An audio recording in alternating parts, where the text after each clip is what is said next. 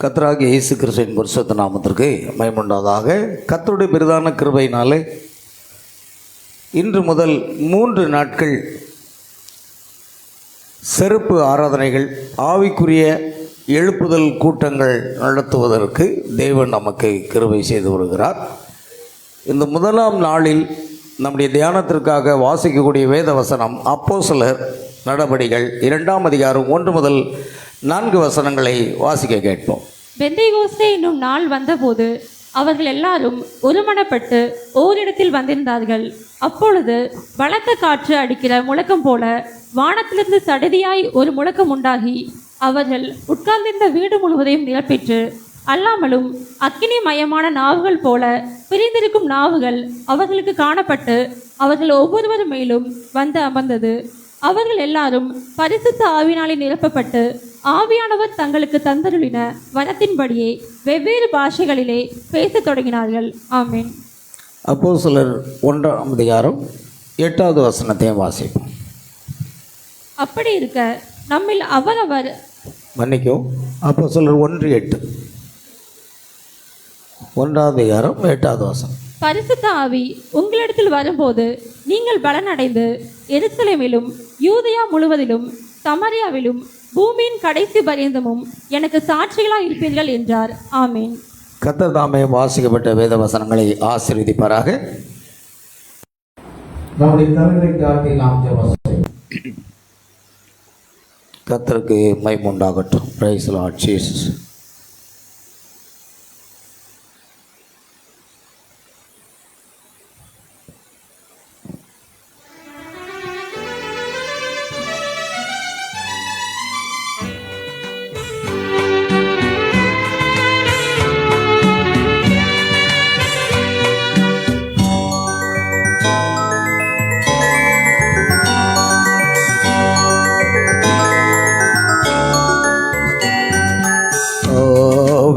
ஆவியானவரே, அன்பின் ஆவியானவரே, இப்போ வாரும், இறங்கி வாரும் எங்கள் மத்தியிலே. இப்போ வாரும், இறங்கி வாரும் எங்கள் மத்தியிலே. ஆவியானவரே, அன்பின் ஆவியானவரே, இப்போ வாரும், இறங்கி வாரும் எங்கள் மத்தியிலே. இப்போ வாரும், இறங்கி வாரும் எங்கள் மத்தியிலே.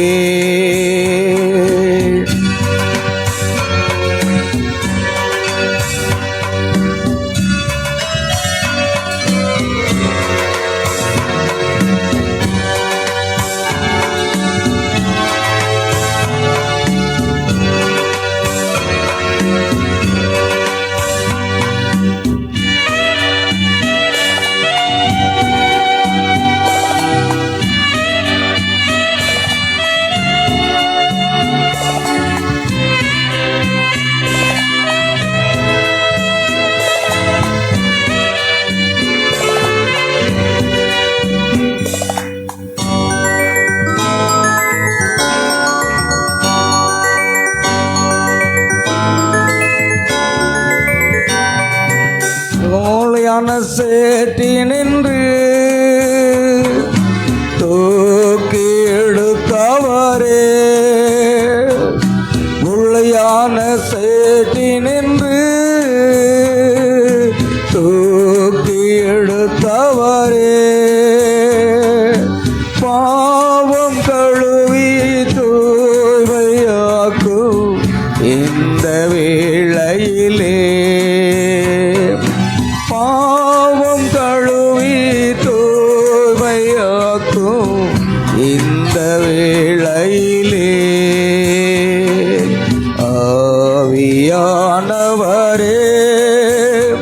அன்பின் ஆவியானவரே, இப்போ வாரும், இறங்கி வா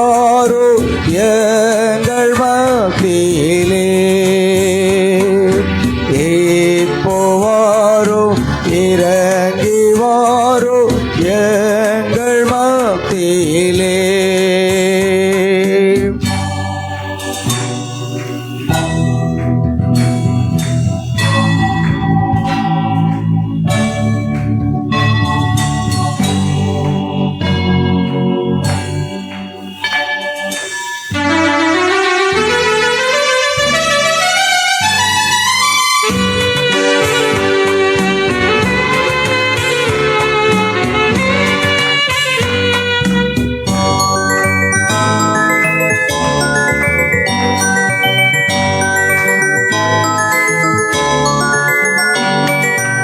ஓய்நாய் மலையினிலே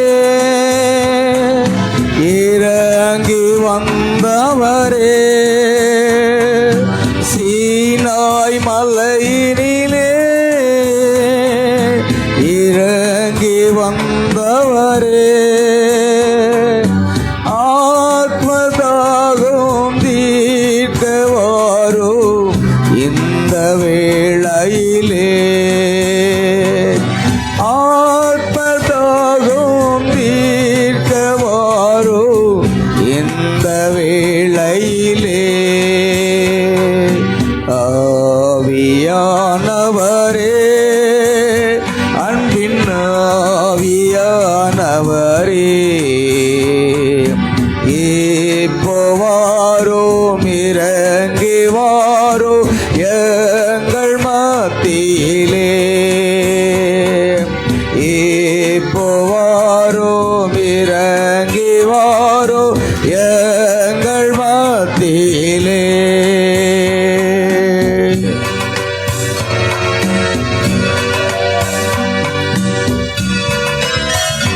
பரிசுத்த ஆவியினிடத்தில் வரும்பொழுது நீங்கள் பலனடைவீர்கள்.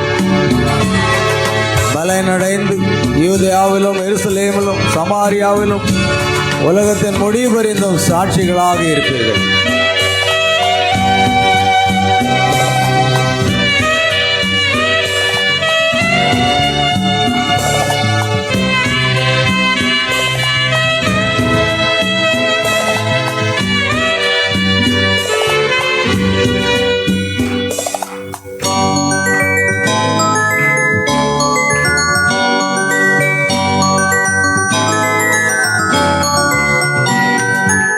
அன்பின் வரங்களினால்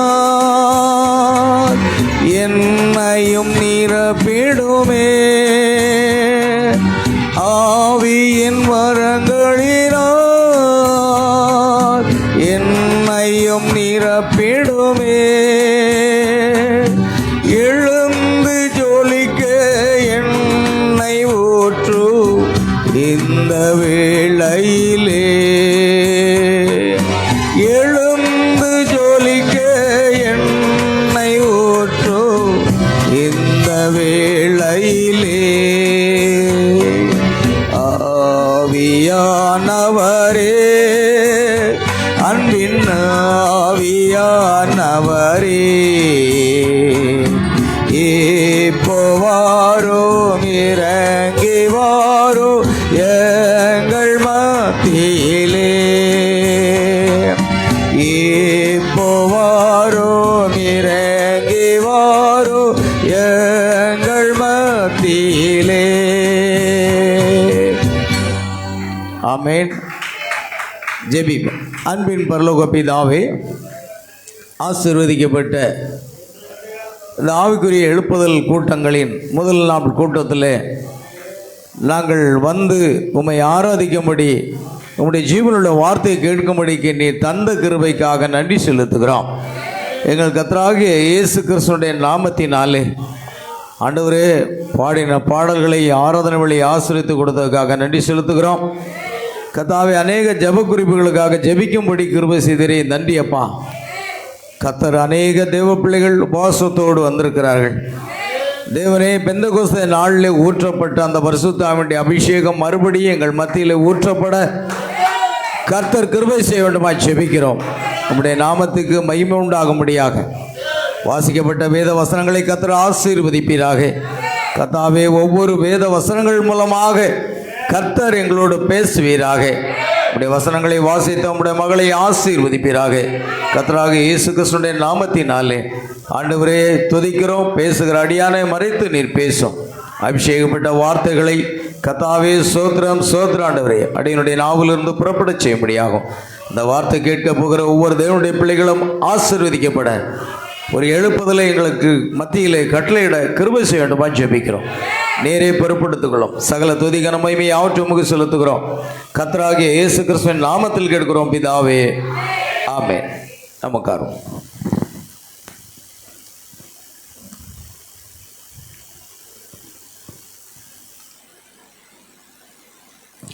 ஆவிக்குரிய எழுப்புதல் கூட்டங்கள். முதலாவது நாளிலே ஆதி பெந்தகோஸ்தே எழுப்புதல் என்பதை குறித்து நாம் பார்க்க போகிறோம். Early Pentecostal revival. இந்த எழுப்புதல் எப்படி உண்டானது? இந்த கடைசி நாட்களில் ஒரு எழுப்புதல் வருமா என்பதை நாம் பார்க்க வேண்டியது அவசியமாக இருக்கிறது. அல்லேலூயா. ஒரு எழுப்புதலை தேவன் நம் மத்தியிலே கொண்டு வருவதற்காக நாம் ஜெபிக்க வேண்டும். அல்லேலூயா. தேவனுக்கே மகிமை.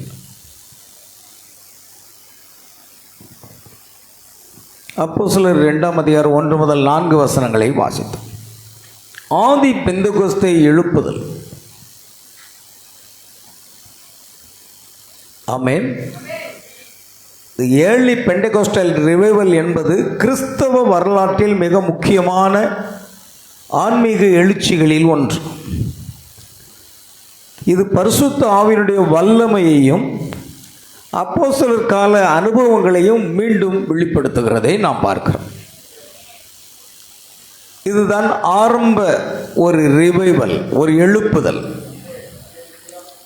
அது தீர்க்கதரிசியாக யோவேல் சொன்னது படியே அது நடந்தே இருக்கிறது. யோவேல் தீர்க்கதரிசியின் புஸ்தகத்திலே 2ஆம் அதிகாரம் 28வது வசனத்திலே அங்கு வேதம் அப்படி சொல்லுகிறது, இதோ மாம்சமான யாவர் மேலும் என் ஆவியை ஊற்றுவேன், அப்பொழுது உங்கள் குமாரரும் உங்கள் குமாரத்திகளும் தீர்க்க தரிசனம் சொல்லுவார்கள். உங்கள் மூப்பர் சொப்பனங்களையும் உங்கள் வாலிபர் தரிசனங்களையும் காண்பார்கள். ஊழியக்காரர் மேலும் ஊழியக்காரிகள் மேலும் அந்நாட்களிலே என் ஆவியை ஊற்றுவேன். ஊழியக்காரர் மேலும் ஊழியக்காரர்கள் மேலும் என் நாட்களில் என் ஆவியை ஊற்றுவேன். ஆமென். அல்லேலூயா. பிரியமானவர்களே, எங்கே நாம் பார்க்கிறோம், மாம்சமான யாவர் மேலும் என் ஆவியை ஊற்றுவேன். தேவன் தீர்க்கதரிசியாக யோவேல் மூலமாக உரைக்கப்பட்ட அந்த தீர்க்க தரிசனம் பெந்தெகோஸ்தே என்னும் நாள், அந்த நாளிலே அது நிறைவேறினது. ஆமென். ஆகையால் ஏற்கனவே தேவனுடைய வார்த்தையின் அடிப்படையில் இங்கு நாம் பழைய ஏற்பாட்டில் பார்க்கிறோம், ஒரு எழுப்புதல் அங்கு உண்டாகும். மாம்சமான யாவர் மேலும் என் ஆவியை ஊற்றுவேன், அப்பொழுது உங்கள் குமாரரும் குமாரத்திகளும் தீர்க்க தரிசனம் சொல்வார்கள். ஆகையால் இந்த நாட்களில் பரிசுத்த ஆவியினுடைய அபிஷேகமானது நம் மத்தியிலே தீர்க்க தரிசன வரத்தை தர வேண்டும். ஆமென். கர்த்தருக்கு ஸ்தோத்திரம் உண்டாகும். அடுத்து ஊழியக்காரர் மேலும் ஊழியக்காரர்கள் மேலும் அந்நாட்களில் என்னை ஆவியை ஊற்றுவேன் என்பதாக எழுதப்பட்டிருக்கிறது. ஆமென். உங்கள் மூப்பர் சொப்பனங்களையும் வாலிபர்கள் தரிசனங்களையும் காண்பார்கள் என்பதையே நாம் பார்க்கிறோம். அல்லேலூயா. ஆகையால் ஒரு எழுப்புதல் எப்படி உண்டானது என்றால், தேவன் ஏற்கனவே அங்கு யோவேல் தீர்க்கதரிசியின் மூலமாக தீர்க்க தரிசனத்தை உரைத்திருக்கிறார். ஆமென். அதே போன்று இந்த கடைசி நாட்களிலே மணவாட்டிக்கு மத்தியிலே ஒரு எழுப்புதல் வர வேண்டும் என்றும் தேவன் அங்கு தீர்க்க தரிசனமாக உரைத்திருக்கிறார். அல்லேலூயா. நாம் ஏதோ இந்த லெந்து நாட்கள்னு சொல்லி ஆண்டவருடைய மரணத்தை நினைவு கூர்ந்து அதற்காக 4 சொட்டு கண்ணீர் வடித்து அழுது விட்டு போகிறதல்ல. நாம் வாழும் காலத்தையும் நேரத்தையும் அறிந்து நாம் எடுத்துக்கொள்ளப்படுதலுக்கு ஆயத்தமாக வேண்டும். ஆமென். அதுதான் மிக முக்கியம் வாய்ந்தது. கர்த்தருக்கு ஸ்தோத்திரம். ஏதோ ஒரு ஸ்தாபனங்களைப் போல நாம் செய்வதல்ல. ஆமென். ஆகையால் ஆரம்பம் என்பது அப்போஸ்தலர் கால பெந்தெகோஸ்தே தான். அது யோவேல் தீர்க்கதரிசி 2:28 வாசித்தபடியே. ஆமென். ஒரு எழுப்புதல் கண்டிப்பாக வரும் என்று சொல்லப்பட்டிருக்கிறது. அந்த எழுப்புதலை கொண்டு வருகிறது மனிதன் அல்ல, கல்வி அல்ல, விஞ்ஞானம் அல்ல, அல்லது வேதாகம கல்லூரியில் பயிற்சி பெற்ற பட்டம் பெற்ற போதகர்கள் மூலமாக அல்ல, அது பரிசுத்த ஆவியினுடைய அபிஷேகத்தின் மூலமாக வருகிறது. ஒரு எழுப்புதலை கொண்டு வருகிறது யார் என்றால் பரிசுத்த ஆவியானவர். பரிசுத்த ஆவியானவர் இறங்கி வரும் பொழுது அங்கு ஒரு எழுப்புதல் உண்டாகிறது. இன்றைக்கு நம் மத்தியில் பரிசுத்த ஆவியினுடைய அபிஷேகம் நான் நிரப்புமானால் ஒரு எழுப்புதல் கண்டிப்பாக உண்டாகும். எழுப்புதலை கொண்டு வருகிறது பரிசுத்த ஆவியானவர் என்பதை நாம் புரிந்து கொள்ள வேண்டும். அல்லேலூயா. ஆகையால் பிரியமான தேவ பிள்ளைகளே, பரிசுத்த ஆவி பெந்தெகோஸ்தே நாளில் இறங்கின பொழுது அவர்கள் பல பாஷைகளை பேசினார்கள். அப்போஸ்தலர் 2ஆம் அதிகாரத்தில் நாம் வாசிக்கிறோம். ஏற்கனவே நாம் வாசித்த அந்த வேத பகுதி அப்போஸ்தலர் 2ஆம் அதிகாரம். ஆவியானவர் அவர்கள் எல்லாரும் பரிசுத்த ஆவியினால் நிரப்பப்பட்டு ஆவியானவர் தங்களுக்கு தந்தருளின வரத்தின்படியே வெவ்வேறு பாஷைகளிலே பேச தொடங்கி. பாருங்க, பரிசுத்த ஆவியானவர் அபிஷேகம் வரும் பொழுது அங்கு என்ன நடக்கிறது? மாம்சமான யாவர் மேலும் என் ஆவியை ஊற்றுவேன் என்று சொன்ன பொழுது அங்கிருந்த ஜனங்கள் எல்லாரும் இவர்கள் மதுபானம் குடித்திருக்கிறார்கள், வெறித்திருக்கிறார்கள் என்று சொன்னார்கள். ஆனால் அது அப்படி அல்ல, அது பரிசுத்த ஆவியினுடைய அபிஷேகமாக இருக்கிறது. அல்லேலூயா. பரிசுத்த ஆவியினுடைய அபிஷேகமானது தான் அங்கு கிரியை செய்கிறதே நாம் காண்கிறோம். கர்த்தருக்கு மகிமை உண்டாகட்டும் பிரியமானவர்களே. ஆகையால் அங்கு என்ன சொல்லப்பட்டிருக்கிறது என்றால், எது வாசித்தீங்க? 4 வசனம். அவர்கள் எல்லாம் பாருங்கள், அதுக்கு முன்னால் நீங்கள் பார்த்தீங்கன்னா திடீரென்று என்ன நடக்கிறது? ஒரு 120 பேர் அங்கே மேல் வீட்டறையில் காத்து கொண்டிருந்தார்கள். அதை குறித்து இயேசு கிறிஸ்து லூக்கா 24:45 வசனத்திலே அதை அவர் சொல்லுகிறார். 49 என் பிதா வாக்குத்தத்தம் பண்ணினதை இதோ நான் உங்களுக்கு அனுப்புகிறேன். என்ன வாக்குத்தத்தம் என்றால், மாம்சமான யாவர் மேலும் என் ஆவியை ஊற்றுவேன். அதுதான் வாக்குத்தத்தம். அந்த வாக்குத்தத்தம் என்ன செய்கிறது?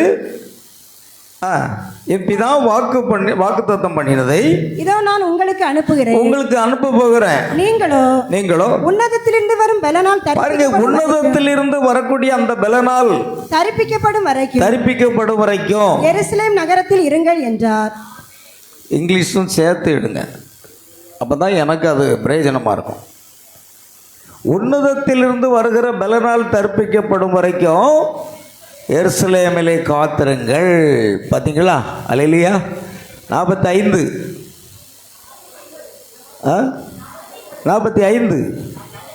49 என் பிதா வாக்குத்தத்தம் பண்ணினதை இதோ நான் உங்களுக்கு அனுப்புகிறேன். And behold, I send the promise of my Father upon you, but tarry ye in the city of Jerusalem until ye be entered with power from on high.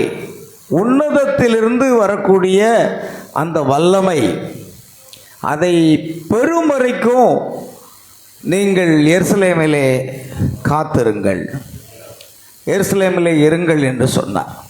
ஆமென். அங்கே என்ன சொல்லப்பட்டிருக்கிறதுனா,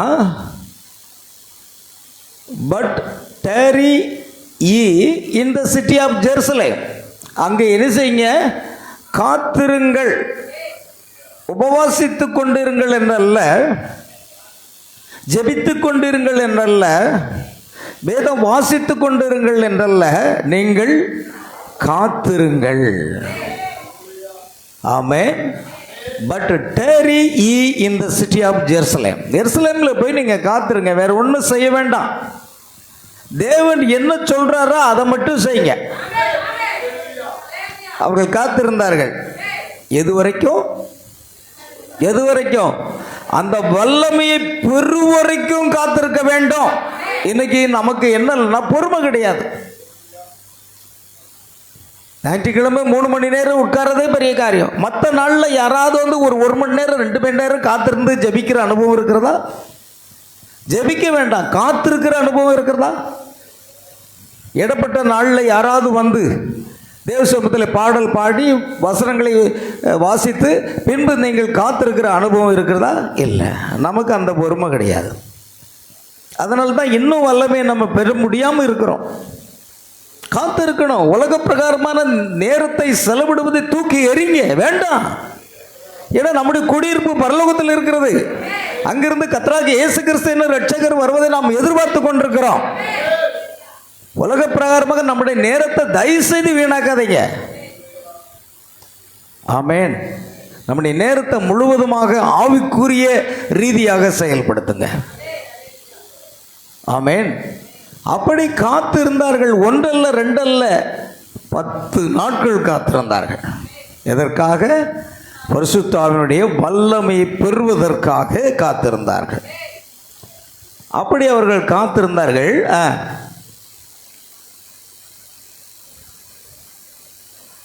பலத்த காற்று அடிக்கிற முழக்கம் போல. போதும், எனக்கு செய்தி கொண்டு போங்க. அல்லேலூயா. அவர்கள் காத்திருந்தார்கள்.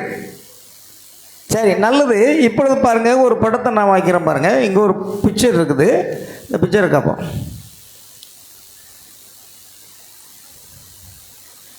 இப்படியாக அவர்கள் காத்திருந்தார்கள். 120 பேர் அந்த மேல் வீட்டறையில் காத்து கொண்டிருந்தார்கள். சடிதியிலே அப்பொழுது பலத்த காற்று அடிக்கிற முழக்கம் போல. பாருங்க, பலத்த காற்று. வசனம் என்ன சொல்லுது? கொஞ்சம் வாசிக்கலாம். பலத்த காற்று இங்கிலீஷில் என்ன சொல்லியிருக்குன்னு பார்க்கலாம் கொஞ்சம். அப்பொழுது பலத்த காற்று அடிக்கிறமல்ல. And suddenly there came a sound from heaven. பரலோகத்திலிருந்து ஒரு சத்தம், as of a rushing mighty wind. புயல். வைண்ட் என்றால் புயல். ஒரு பெரிய புயல் அடிக்கிறது காற்று போல ஒரு பெரிய சத்தம் வருது. ஆமென். அந்த சத்தம் வரும் பொழுது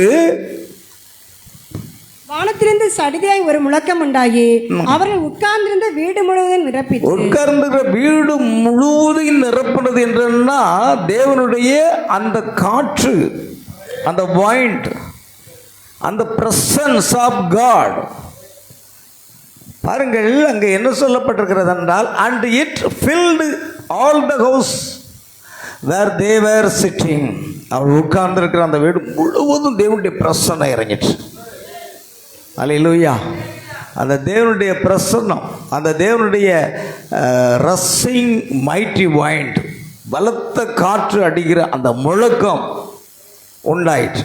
அல்லாமலும் அக்னிமயமான நாவுகள் போல பிரிந்திருக்கும் நாவுகள் அவர்களுக்கு காணப்பட்டு அவர்கள் ஒவ்வொருவர் மேலும் வந்து அமர்ந்தது. எல்லார் மேலும் அக்னி போன்ற நாவுகள் வந்து இருந்தது. பாருங்கள், அங்கே அந்த படத்தில் பார்க்கிறோம். பாருங்கள், அந்த அபிஷேகம் எப்படி இருந்தது பாருங்கள். அக்னி போன்ற பிரிந்திருக்கும் நாவுகள் அவர்களுக்கு காணப்பட்டு பார்க்குறாங்க. அக்னி போன்ற கண்களை மூடிக்கொண்டில்லை, தரிசனமாக பார்க்குறாங்க. அக்னி போன்ற பிரிந்திருக்கும் நாவுகள். ஏன்னா தேவன் அக்னியாக இருக்கிறார். அந்த அக்னியானவர் நினைத்தார், தன்னை பிரித்து கொண்டார். ஒவ்வொருவருக்கும் அந்த அக்னி காணப்படுகிறது. அவர்களுக்கு காணப்பட்டு அவர்கள் மேல் வந்து அமர்ந்தது. எல்லார் மேலேயும் அந்த அபிஷேகம் வந்து இறங்கினது. அப்பொழுது அவர்கள் எல்லாரும் பரிசுத்த ஆவியினாலே நிரப்பப்பட்டு, அவர்கள் எல்லாரும் பரிசுத்த ஆவியினாலே, and they were all filled with the Holy Ghost. பரிசுத்த ஆவியினால் நிரப்பப்பட்டு ஆவியானவர் தங்களுக்கு தந்தருளின வரத்தின்படியே வெவ்வேறு பாஷைகளிலே பேசத் தொடங்கினார். and began to speak with other tongues as the Spirit gave them utterance. கவனிங்க, to speak with other tongues, வெவ்வேறு பாஷைகள் அவர்கள் பேச ஆரம்பித்தாங்க. அல்லேலூயா. கர்த்தருக்கு ஸ்தோத்திரம். இதுதான் அந்த பெந்தெகோஸ்தே நாளில் நடந்தது. ஆனால் அநேகர் அந்த பரிசுத்த ஆவியை புரிந்து கொள்ள முடியல. அல்லேலூயா. கவனிங்க. ஆகையால் பரிசுத்த ஆவி அங்கு இறங்கினது, அக்னி போன்ற நாவுகள் காணப்பட்டது. அங்கு என்ன செய்கிறது என்றால், அங்கு வெவ்வேறு பாஷைகளில் அவர்கள் பேச ஆரம்பிக்கிறார்கள். அங்குதான் அற்புதங்களும் ஆரம்பமானது. இதுதான் முதல் பெந்தகோஸ்தே ஒரு அனுபவம், சபையின் பிறப்பு, பர்த் ஆஃப் த சர்ச். என்ன அப்படின்னா அதுதான் சபையின் ஆரம்பம், ஆதி சபை. நல்ல கவனிக்கணும். ஆதி சபை, ஆதி திருச்சபை என்ற தலைப்பில் 30 ஆண்டுகளுக்கு முன்பாக சுத்தமல்லியிலே நாம் ஞாயிற்றுக்கிழமை கூட்டம் நடத்தி வந்தோமே, அந்த இடத்துல ஒரு பெரிய ஸ்டேஜ் போட்டு அந்த மேடையிலிருந்து நான் பிரசங்கித்தேன். ஆதி திருச்சபை, அந்த செய்தி இன்னும் இருக்கிறது, அது டேப்பில் பதிவு செய்யப்பட்டது. அல்லேலூயா.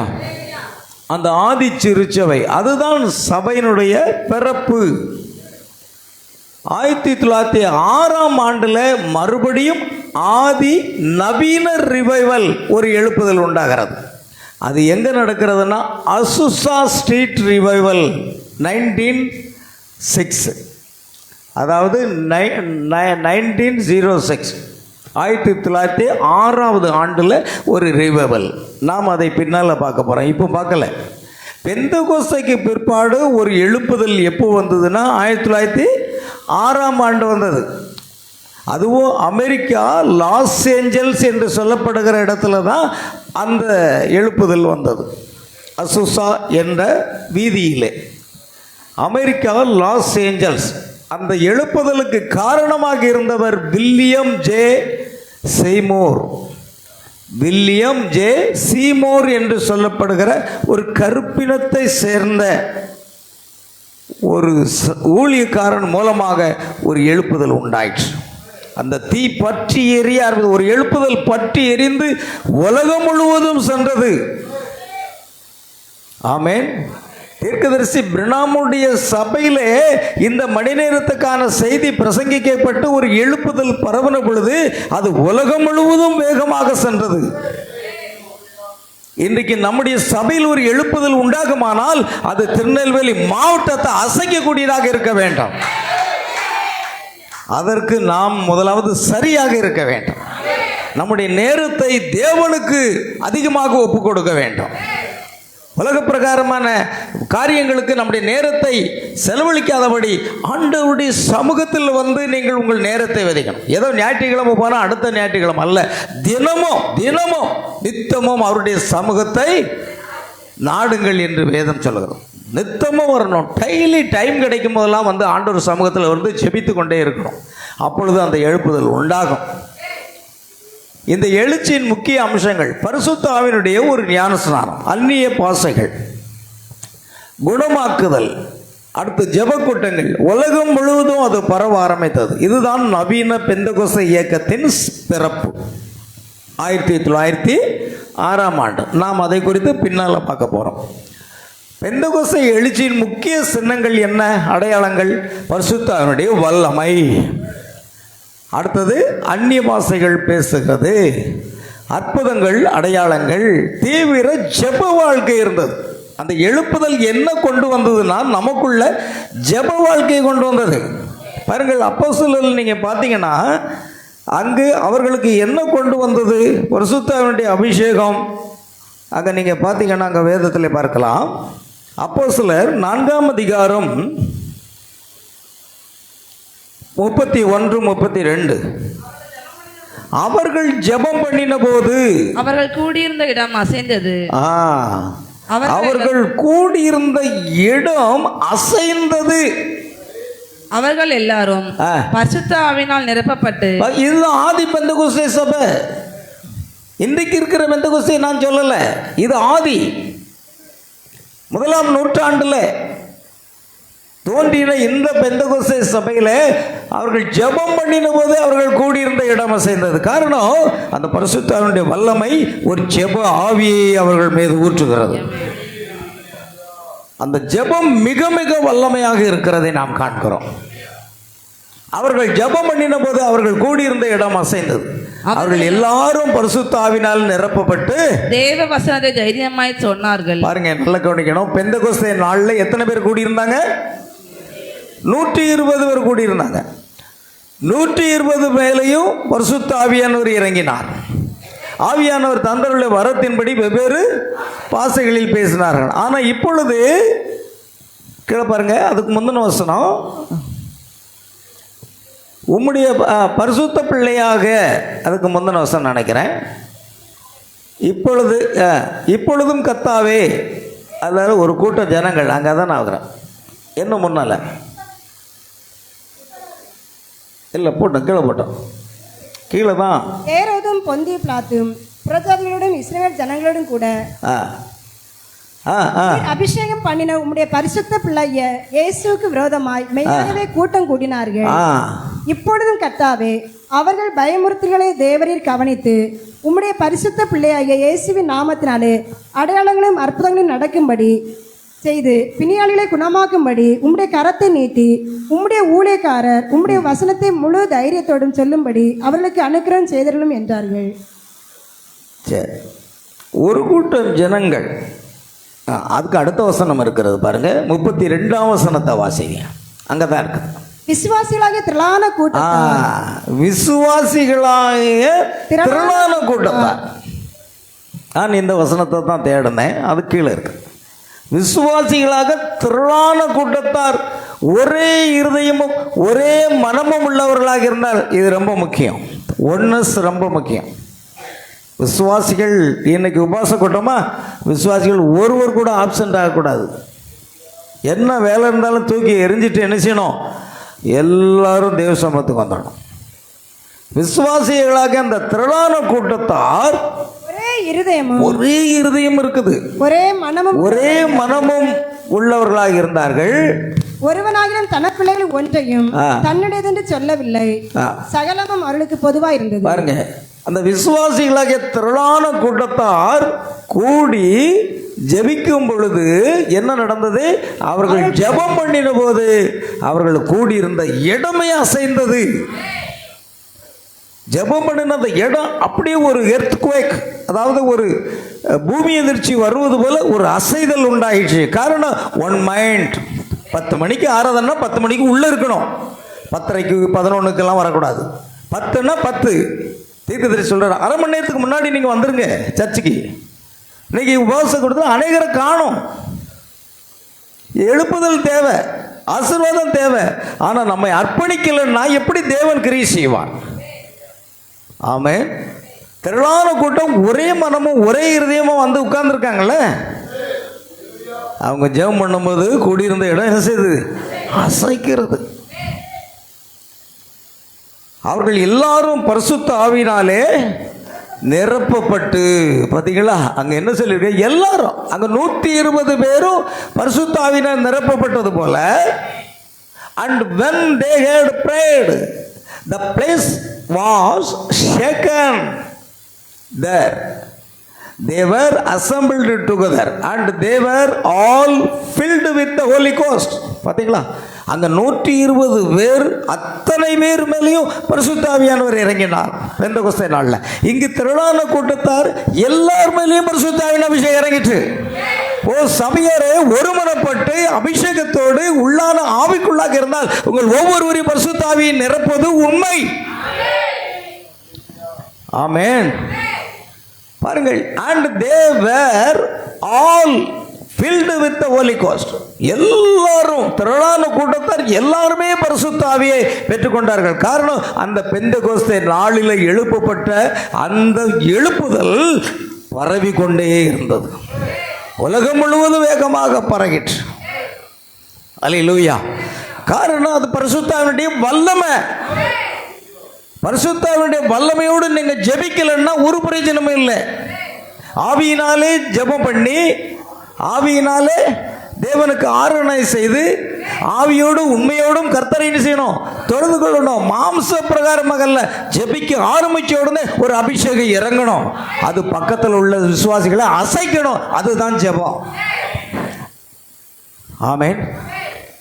இயேசு கிறிஸ்து வேத பாரகர் பரிசேயரை போல போதியாமல் அதிகாரமுடையவராய் போதித்தார். அப்போ நம்ம ஜெபமும் உண்மையாகவே பரிசுத்தாவின் அபிஷேகத்தில் நிரம்பினா பக்கத்தில் இருக்கிறவங்களையும் அனல் மூட்டி எழுப்பணும். அதுக்கு தாங்க ஜெபம். நீங்கள் ஜெபிக்கிற ஜெபத்தை கேட்டால் மற்றவங்களுக்கு தூக்கம் வருது. ஆமென் ஆண்டவரே. ஆனாலும் இந்த நாளிலும் உடைய பார்த்து கொண்டு வந்தீரே, அதற்காக உமக்கு ஸ்தோத்திரப்பா. என்ன வரக்கூடிய பிள்ளைகளை நேர் தானே தடைகளை நீக்கி கொண்டு வாருங்க ஆண்டவரே. இது வேத பாரகர் ஜெபிக்கிற ஜெபம், பரிசேயர் ஜெபிக்கிற ஜெபம். இந்த ஜெபம் வேண்டாம். எடுத்தவளை அன்பின் பரலோக பிதாவே இறங்கி வந்து எங்கள் மத்தியில் ஒரு அசைவை உண்டு கண்டு ஆண்டவரே, வரக்கூடிய பிள்ளைகளை தடைகளை நீக்கி உடைத்து கொண்டு வரும் ஆண்டவரே. அப்படி ஜெபிக்கணும். ஆமென் ஆண்டவரை நீர் கொண்டு வர ஆண்டவரே சொல்கிறேன். அவர் கொண்டு வர போகிறது இல்லை, உங்கள் ஜெபத்தை கேட்க போகிறதில்லை. ஜெபம் பரிசுத்தாவினாலே ஜெபிக்கப்பட வேண்டும் என்று வேதம் சொல்லுகிறோம். அநேகரை நான் பார்க்குறேன், ஆராதனைக்கு ஆரம்பத்துக்கு ஜெபம் பண்ணுறீங்க, சில பேர் ஒரு அனலும் இல்லை, ஒரு அபிஷேகமும் இல்லை. ஏனதான் ஏதோ வேதமாக இருக்குது. ஸ்தாபனத்தார் ஜெபிக்கிறது போல ஜெபிக்கக்கூடாது. பரிசுத்தாவினுடைய அபிஷேகத்தின் ஜெபமே மற்றவர்களை அனல் மூட்டி என்ன செய்யணும்? எழுப்பணுங்க. அதுதாங்க ஜெபம். ஆமென்.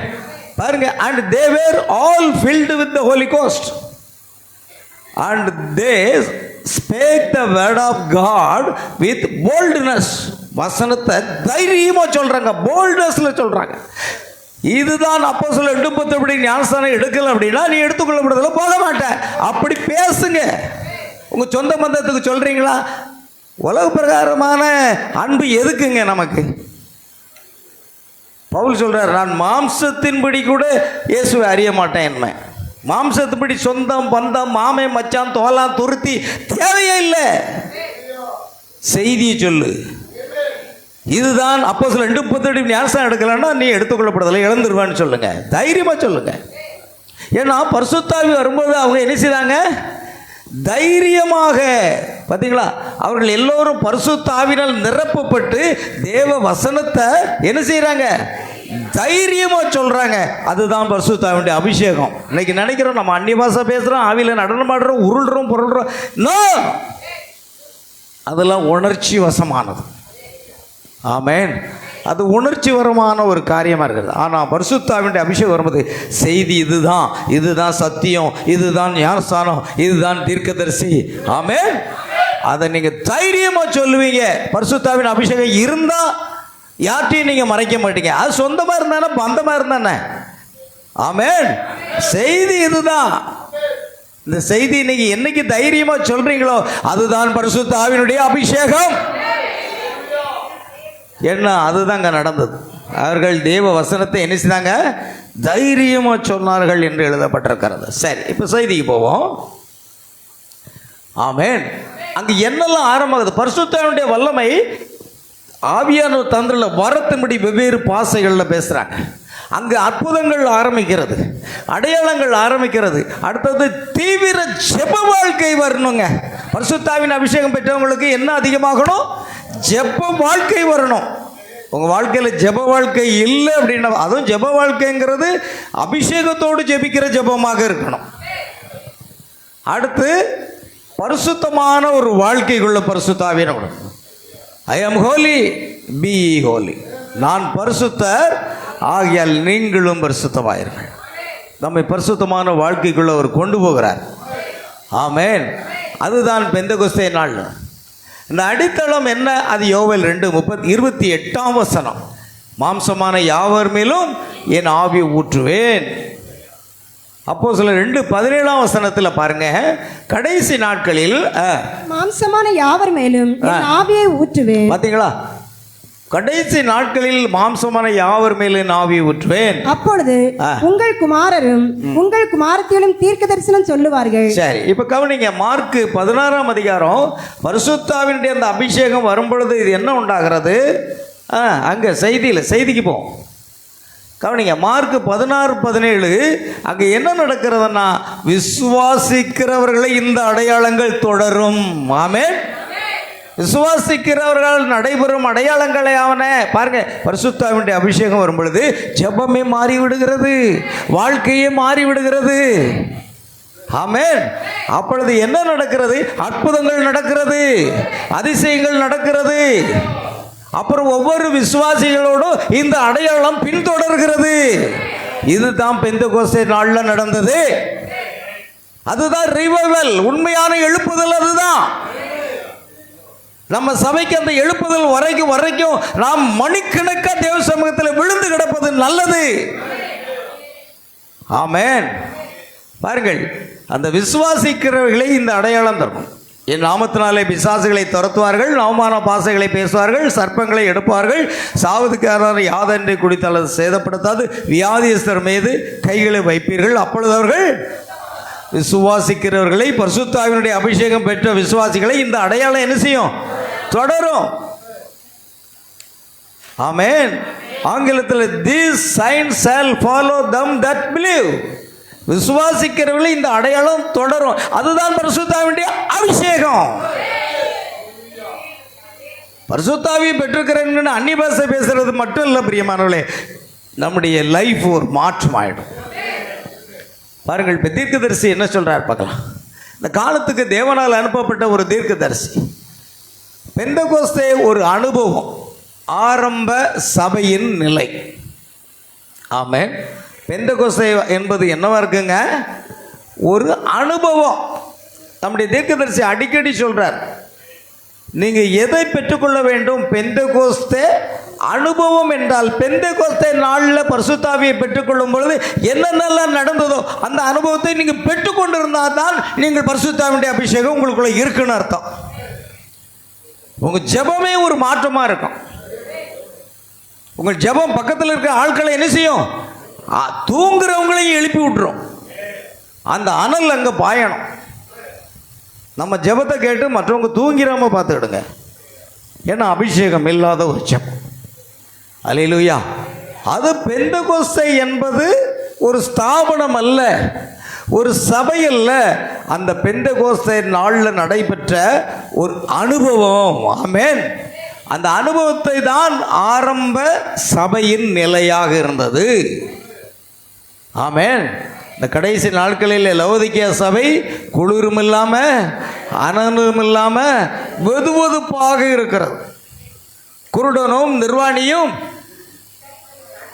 தரித்தவர்களாக அது ஆமென் இருக்கிறார்கள் என்று எழுதியிருக்கிறது. பாருங்க, ஆகையால் கடைசி நாட்கள் மீண்டும் அதே வல்லமை திரும்ப. எப்பொழுது? பெந்தெகோஸ்தே நாளிலே காணப்பட்ட அதே வல்லமை மீண்டும் திரும்பும். ஆமென். அது திரும்ப வேண்டும். அதுதான் ஈவினிங் லைட், சாயங்கால வெளிச்சம் என்பது சபைக்கு வருகிறது. அல்லேலூயா. அது மிக முக்கியமானது. கவனிங்க, கடைசி நாட்களிலே அந்த பெந்தெகோஸ்தே வல்லமை என்பது, ஏன்னா இன்னைக்கு பெந்தெகோஸ்தே ஸ்தாபனமாகிவிட்டது. அந்த ஆதி பெந்தெகோஸ்தேயில் உள்ள எழுப்புதல் இல்லை, ஆதி பெந்தெகோஸ்தேயில் உள்ள ஒரு மனம் இல்லை. ஆதி பெந்தெகோஸ்தேயில் கர்த்தராகிய இயேசு கிறிஸ்து நாமத்தில் ஞானஸ்நானம் கொடுத்தார்கள். அதுக்கு பதிலாக பட்ட பேரில் பிதாகுமாரன் பரிசுத்த ஆவி என்று ஞானஸ்நானம் கொடுக்கிறார்கள். எல்லாமே தலைகீழாக போய்விட்டது. அந்த அபிஷேகமும் போய்விட்டது. கர்த்தர் தாமே இதோ வாசல் படியில் நின்று தட்டுகிறேன். இன்றைக்கு இருக்கிற பெந்தெகோஸ்தே சபை இயேசுவை புறம்பே தள்ளிவிட்டது. இயேசு வெளியே நிற்கிறாரு. ஆனால் இவர்கள் அந்நிய பாஷை பேசுறது தான் பரிசுத்த ஆவி நினைக்கிறாங்க. இல்லை, இதோ நான் வாசல் படி நின்று தட்டுகிறேன். ஒருவர் என் சத்தத்தை கேட்டு கதவை திறந்தால் நான் உள்ளே பிரவேசிப்பேன். ஏனென்றால் இன்றைய சபைகளும் ஸ்தாபனங்களும் இன்றைய பெந்தெகோஸ்தே இயேசுவை புறம்பே தள்ளிவிட்டது. பெந்தெகோஸ்தே சபையே புறம்பே தள்ளிவிட்டா கத்தோலிக்க சபை என்னாச்சு? புராட்டஸ்டன்ட் சபை என்னாச்சு? இயேசுக்கும் அவங்களுக்கு என்ன இல்லை? சம்மந்தமே இல்லை, எந்த சம்மந்தமும் கிடையாது. அதை புறம்பை தள்ளி விடுகிறதை நாம் பார்க்கிறோம்.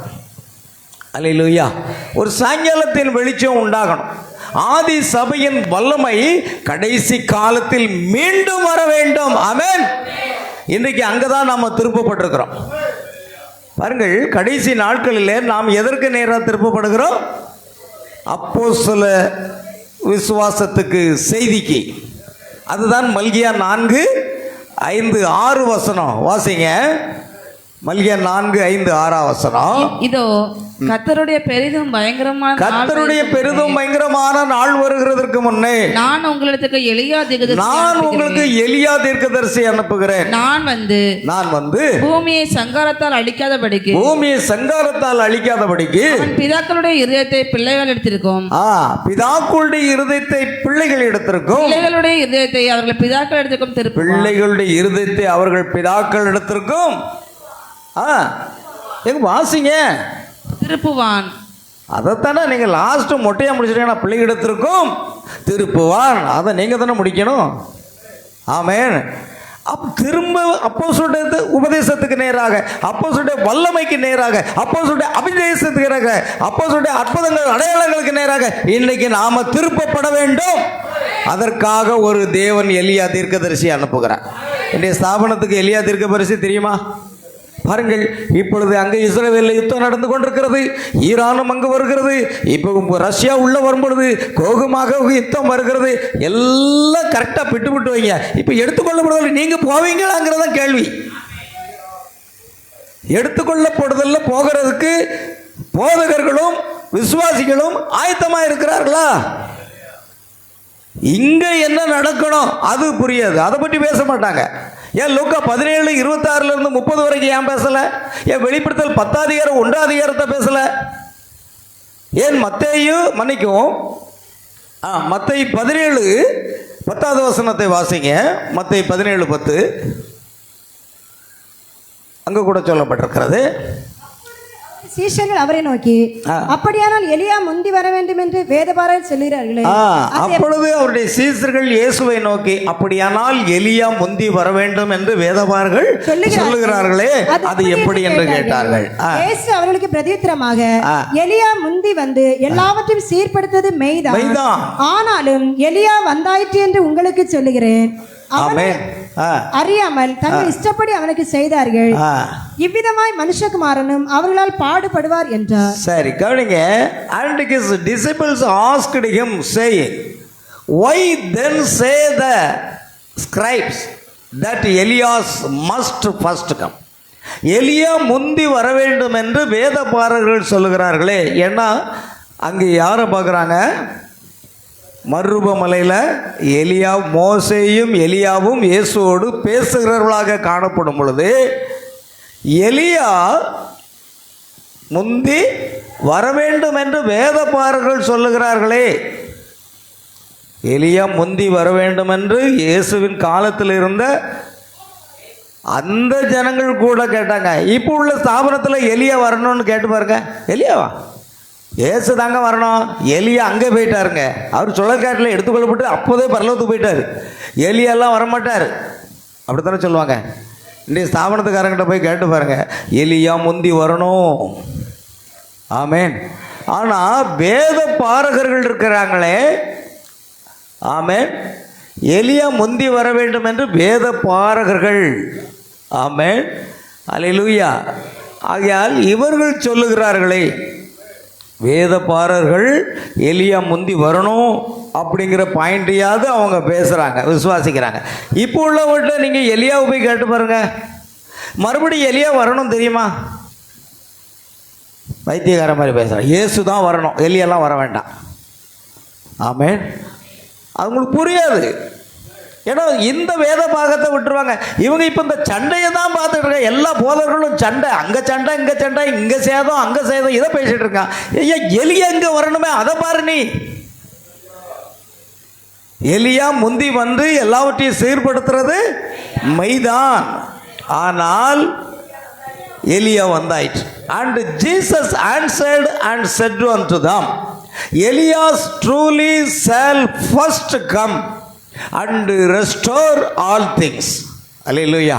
எல்லாவற்றையும் சீர்படுத்துறது யார் அப்படின்னா அந்த யோவான்ஸ்நானகனாகிய எலியா. என்ன சொல்லப்பட்டிருக்கிறது? கர்த்தருக்கு வழியை ஆயத்தப்படுத்துங்கள், அவாந்தர வழியிலே அவருக்கு பாதைகளை செவ்வைப்படுங்கள் என்று வனாந்தரத்தில் கூப்பிடுற ஒரு சத்தம் உண்டாயிற்று. அவன் வந்து எல்லாவற்றையும் சீர்படுத்துகிறான் எலியா. ஆனால் எலியா வந்து எல்லாவற்றையும் சீர்படுத்துறது மைதான், ஆனால் எலியா வந்தாயிற்று.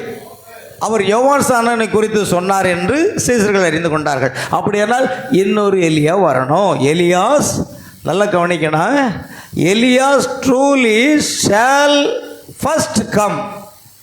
எலியா இனிமேல் தான் வருவார். ஆனால் எலியா வந்தாயிற்று. ஆமென். யோவான் ஸ்நானகனை இயேசு என்ன சொன்னார்? நீங்கள் ஏற்றுக்கொள்ள மனதாக இருந்தால் வருகிறவனாகிய எலியா இவன்தான். மத்தேயு 11ஆம் அதிகாரத்தில் சொல்றார், நீங்கள் ஏற்றுக்கொள்ள மனதாக இருந்தால் வருகிறவனாகிய எலியவன் தான். ஆனால் எலியா ட்ரூலி ஷால் ஃபர்ஸ்ட் கம். எலியா வர வேண்டும். பாருங்கள், அது ஷால், ஃபியூச்சர் டென்ஸ், வருங்காலத்தை பற்றி சொல்றார். அப்போ எலியா வந்தாயிட்டு, ஆனாலும் இன்னும் ஒரு எலியா வர வேண்டும். ஆமென். இது புரியாது, இதெல்லாம் பேச மாட்டாங்க. அங்கே சண்டை போடுதான், அங்கே சாவுறான், இங்கே சாவுறான். அதை அறிஞ்சு என்ன பிரயோஜனம்? நாம போக முடியுமா? இது எல்லா போதர்களுக்கும் யூடியூப் போடுறதுக்கு நல்ல வசதியாச்சு. அரசியலில் இல்லை இந்த மத சம்பந்தமாக ஏதாவது ஒரு பிரச்சனை வந்தால் அந்த யூடியூப்காரனுக்கு கொள்ளையோ கொள்ளை போட்டு தள்ளிக்கிட்டே இருப்பான். ஒவ்வொரு நாளும் ஒவ்வொரு செய்தியை போட்டுக்கிட்டே இருப்பான். அதேமாதிரி இந்த ஊழியக்காரங்களும் பார்த்திங்கன்னா இதைத்தான் பேசிக்கிட்டு இருக்கிறாங்க. இங்கே என்ன நடக்கு? இங்கே எலியா வந்தாச்சா? வெளிப்படுத்தல் 10 பலமுள்ள தூதன் இறங்கி வந்தாச்சா? இனி காலம் செல்லாது என்று சொல்லும் பொழுது 7ஆம் தூதன் பூமியில் இருக்கிறார் என்பது அது யாரு? இதெல்லாம் பேசவே மாட்டாங்க. அங்கே சண்டை போடுறத பேசிகிட்டு இருப்பாங்க. என்ன பிரயோஜனம்? யோசித்து பாருங்கள். இன்றைக்கி போதகர்களும் யூடியூப்பில் நல்லா சம்பாதிக்க ஆரம்பிச்சிட்டாங்க. யூடியூப்பில் வருமானம் வரும், நீங்கள் நினைக்கிற மாதிரி கிடையாது. ஆமென். ஆயிரக்கணக்கான 2000கணக்கான ஆயிட்டு யூடியூப்பு சப்ஸ்கிரைப் பண்ணியாச்சுன்னா இவங்களுக்கு அவன் மாதம் ஒரு அமௌண்ட்டை கொடுக்குறான். அதனால் யூடியூப்பில் இப்போ என்னன்னா டெய்லி போட்டுக்கிட்டே இருக்காங்க. ஒரு ஊழியக்காரர் நேற்று வரை, அப்புறம் இன்று வரை அப்படின்னா தினம் யூடியூப்பில் போட்டுக்கிட்டே இருக்கிறாரு. காரணம் சப்ஸ்கிரைப் பெருகிட்டு கே கணக்கு, அதான் ஆயிரக்கணக்குன்னா பெருக பெருக பெருக வருமானம் குமிஞ்சிக்கிட்டே இருக்கும். நீங்கள் சாதாரணமாக நினைக்காங்க யூடியூப் ஏன் எல்லோரும் நடத்துகிறாங்க? தினம் ஏதாவது ஒரு காரியத்தை போட்டுக்கிட்டே இருப்பாங்க பாருங்க. ஆமென். அதில் அவர்களுக்கு வருமானம் கிடைக்கிறது. நானே ஒரு ஊழியக்காரன்ட்ட கேட்டேன், பிரதர் நீங்கள் ரொம்ப வருஷமாக யூடியூப்பில் போட்டுக்கிட்டு இருக்கீங்களே, உங்களுக்கு மாதம் எவ்வளோ வருமானம் வருதுண்ணே? ரொம்ப ஒன்றும் வரல பிரதர், ஒரு 7000 தான் வருது அப்படின்னாரு.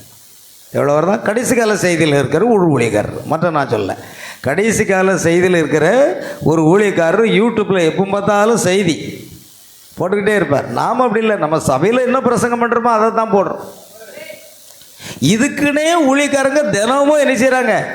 சில காரியங்களை எடுத்து போட்டுக்கிட்டே இருப்பாங்க. அது வருமானத்தை கொண்டு வரும். கடைசி கால செய்தியில் இருக்கிற ஊழியக்காரர்கிட்ட நான் கேட்டேன், 7000 தான் பிரதர் எனக்கு வருதுன்னாங்க. அப்படியே சந்தோஷம். எனக்கெல்லாம் ஒரு பைசா வரலங்க. வந்தால் உங்கள்கிட்ட சொல்லிடுவேன், கவலைப்படாதீங்க. ஆமென். அல்லேலூயா. ஏன்னா நமக்கு இப்போ தான் 888 வந்து நிற்கிது சப்ஸ்கிரைப். எத்தனை வந்திருக்கு? 800. இன்னும் 1000மே வரல. 1000 எப்போ தான் வருமோ? அது வருது, வராமல் போகுது, அதை பற்றி கவலை இல்லை. செய்தி வெளியே போகுது, மணவாட்டிக்கு செய்தி போகுது. நம் வருமானத்துக்காக அதை செய்யலை பிரியமானவர்களே. நம் சபையில் நடத்துகிற ஆராதனையை தான் நம்ம என்ன செய்யறோம்? டெலிகாஸ்ட் பண்ணுறோம். சரி, கவனிங்க போடுங்க. அப்போ இந்த எலியா வரணும், வந்து அவர் என்ன செய்யணும்? சீர்படுத்த வேண்டும். அண்ட் ரிஸ்டோர் ஆல் திங்ஸ், எல்லாத்தையும் சீர்படுத்தணும். ஆமென். செய்திக்கு போவோம். ஆகையால் இதுதான் அங்கே நடக்கிறது பாருங்க. ஆதி சபையினுடைய வல்லமை கடைசி காலத்தில் மீண்டும் ரெஸ்டோர் ஆகணும், மீண்டும் அது வரணும். அதுக்கு நிறைய வசனங்கள் நமக்கு இருக்கிறது. ஆமென். இந்த கடைசி நாட்களிலே ஒரு ரிவைவல், ஒரு எழுப்புதல் நம் மத்தியில் வந்தாகணும். ஸ்தாபனத்துக்கு மத்தியில் எழுப்புதல் கிடையாது. அவங்க எழுப்புதல் பெருவிழா, அக்கினி பெருவிழா, பேரின்ப பெருவிழான்னு வைக்காங்க. அங்கே ஒன்றுமே கிடையாது. ஒரு உண்மையான எழுப்புதல்ங்கிறது என்ன? அல்லேலூயா. பாருங்கள், யோவேல் தீர்க்கதரிசியின் புஸ்தகம் 2ஆம் அதிகாரம் 25ஆம் வசனத்தில் அங்கே ஒரு தீர்க்க தரிசனம் இருக்கிறது. வாசிங்க. யோவேல் 2:25. நான் உங்களிடத்தில் அனுப்பின என் பெரிய சேனையாகிய வெட்டுக்கிளிகளும் பச்சை கிளிகளும் முசுக்கொட்டை பூச்சிகளும் பச்சை புழுக்களும் பட்சித்த வருஷங்களின் விளைவை உங்களுக்கு திரும்ப அளிப்பேன். நீங்கள் சம்பூர்ணமாய் சாப்பிட்டு நான் உங்களிடத்தில் அனுப்பின என் பெரிய சேனையாக வெட்டுக்கிளிகளும் பச்சைக்கிளிகளும் முசுக்கட்டை பூச்சிகளும் பச்சை புழுக்களும் பட்சித்த வருஷங்களின் விளைவை உங்களுக்கு திரும்ப அளிப்பேன். ஒரு சுவாரஸ்யமான சம்பவம். இந்த யோவேல் 2:25 எந்த ஒரு ஸ்தாபனமும் விளக்கம் கொடுக்கல. எனக்கும் தெரியாது. நான் ஒரு பெந்தகோஸ்தே சபையில் உதவி போதகனாக இருந்து கொண்டிருந்தேன் மும்பையில். அப்பொழுது ஒரு சிறிய அட்டையில் வாக்குத்தத்த வசனங்களை எழுதி எழுதி அவர்கள் போடுவார்கள். ஜெபத்தோடு வந்து எடுக்கணும். ஒரு நாள் நான் எடுக்கும் பொழுது இதே வசனம் தான் வந்தது. நான் உங்களிடத்தில் அனுப்பின என் பெரிய சேனையாக வெட்டுக்கிளிகளும் பச்சை கிளிகளும் முசுக்கட்டை பூச்சிகளும் பச்சை புழுக்களும் பட்சித்த வருஷங்களின் விளைவு என்ன செய்வேன்? திரும்ப அளிப்பேன். பாருங்கள், அங்கே என்ன சொல்லுது? And I will restore to you. பார்த்தீங்களா? திரும்ப அதை ரெஸ்டோர் பண்ணுவேன், திரும்ப அளிப்பேன். ஆமென். எனக்கு இந்த வசனம், வாக்குத்தத்த வசனம், புது வருஷத்துக்கு வாக்குத்தத்த வசனம் இதுதான். எனக்கு புரியலை.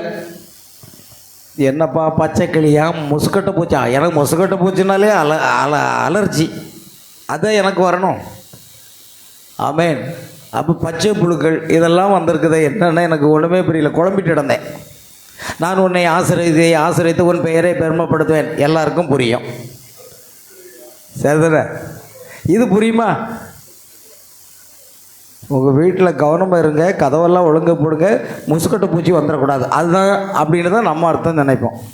எனக்கும் புரியல. பாஸ்டருடைய தம்பிக்கிட்ட கேட்டு பார்ப்போமே அப்படின்னு தம்பிக்கிட்ட போய் கேட்டேன். அவர் இப்போ பாஸ்டராக இருக்கிறார். அவர்கிட்ட போய் நான் கேட்டேன். கேட்கும்போது சொன்னார், பிரதர் இது ஒன்றும் இல்லை பிரதர், உங்கள் கடையில் வியாபாரத்தில் நஷ்டம் வந்துச்சா? எவ்வளோ கஷ்டம் வந்தது, நஷ்டம் வந்தது இல்லை, அதெல்லாம் ஆண்டவர் உங்களுக்கு திரும்ப கொடுத்துருவாருன்னாரு. ரொம்ப சந்தோஷம். திரும்ப வரப்போ தான் எனக்கு ஆசீர்வாதம்னு நினச்சேன். ஆனால் ஒரு நாள் இந்த கடைசி கால தீர்க்கதரிசியுடைய செய்தியை நான் வாசிக்கும் பொழுது அந்த வசனத்துக்குள்ள அர்த்தத்தை அவர் சொல்கிறாரு. ஆதி சபை காலங்களுக்கு பிற்பாடு கத்தோலிக்க சபையானது, புராட்டஸ்டன்ட் சபையானது, இந்த ஸ்தாபன சபையானது அதுதான் என்னது? இந்த பெரிய சேனையாக வெட்டுக்கிளிகள், பச்சை கிளிகள், முசுக்கட்டை பூச்சிகள், பச்சை புழுக்கள் பட்சித்த வருஷங்கள் இதெல்லாம் பட்சித்து போட்டுச்சு. உண்மையான சத்தியம் போயிடுச்சு. அப்போஸ்தலர் 38 ஞானஸ்நானம் அங்கே அந்த பச்சை புழுக்கள் தின்னு போட்டது. ஸ்தாபனங்கள் சத்தியத்தை கொஞ்சம் கொஞ்சமாக தின்னுச்சு. ஏன்னா மணவாட்டி என்பது ஒரு மரம். ஒரு குருடன் பார்வையடைஞ்சோன்னா ஆண்டவர் கேட்குற, நீ எதை காண்கிறாய்? நடக்கிற மனிதர்களை மரங்களை போல் காண்கிறேன் அப்படிங்கிறான். சங்கீதம் 1 இருக்குது. அவன் நீர்க்கால்களின் ஓரமாய் நடப்பட்டு. அப்போ மனிதர்களுக்கு என்னது? மரம் ஒப்பிடப்பட்டிருக்கிறது. அதே போல ஏதேன் தோட்டத்தில் ஜீவ விருட்சமும் மரண விருட்சமும் இருந்தது. ஜீவ விருட்சம் இயேசு கிறிஸ்து, மரண விருட்சம் பிசாசு. விருட்சம் என்பது மனிதனுக்கு ஒரு அடையாளம். அதனால் மணவாட்டி என்ற மரம் பெந்தகோஸ்தே நாளில் தோன்றும் பொழுது இந்த ஸ்தாபனங்கள் வந்துச்சு. குழந்தைக்கு ஞானஸ்தானம், முழுக்க ஞானஸ்தானம் போயிட்டு குழந்தைக்கு ஞானஸ்தானம். அடுத்து இன்னொரு ஸ்தாபனம், அதாவது முதல்ல வெட்டுக்கிளிகள் வந்துச்சு, இப்போ இது குழந்தை ஞானஸ்தானம்னு மாற்றிடுச்சு. திருத்துவம் அப்படின்னு கூட பச்சை கிளிகள் வந்துச்சு பாருங்க. அது இல்லை, அது தெளிப்பு ஞானஸ்தானம் அப்படின்னு அங்கே பச்சை கிளிகள் வந்துச்சு. அடுத்த மொசக்கட்டு பூச்சிகள் வந்துச்சு பாருங்க. அது பிதா குமாரன் பரிசுத்தாவின் நாமத்தில் பெறக்கூடிய முழுக்க ஞானஸ்தானம் வந்துச்சு. எல்லாம் பச்சை புழுக்கள் எல்லாமே சத்தியத்தை என்ன செய்கிறது? பட்சித்து போட்டு விட்டது. ஆனால் கர்த்தர் சொல்லுகிறார், இவைகள் பட்சித்த வருஷங்களின் விளைவை நான் என்ன செய்வேன்? திரும்ப அளிப்பேன் அப்படிங்கிறார். அதுதான் அப்போஸ்தலர் உபதேசத்துக்கு நேரம் நாம மறுபடியும் போக போறோம். அதே அபிஷேகம், அதே ஒரே கர்த்தர், ஒரே விசுவாசம், ஒரே தேவன், ஒரே ஞானஸ்தானம். அது பாவம் மன்னிப்புகின்ற கர்த்தராகிய இயேசு கிறிஸ்துவினுடைய நாமத்தில். அங்குதான் பிள்ளைகளுடைய இருதயம் பிதாக்களிடத்திற்கு திருப்பப்படுகிறது. தேவன் அதற்காக ஒரு தீர்க்கதரிசி அனுப்புகிறார். நாம் தேவனுடைய பிள்ளைகள். ஏன்னா யோவான் 1:12 என்ன சொல்லியிருக்கிறது?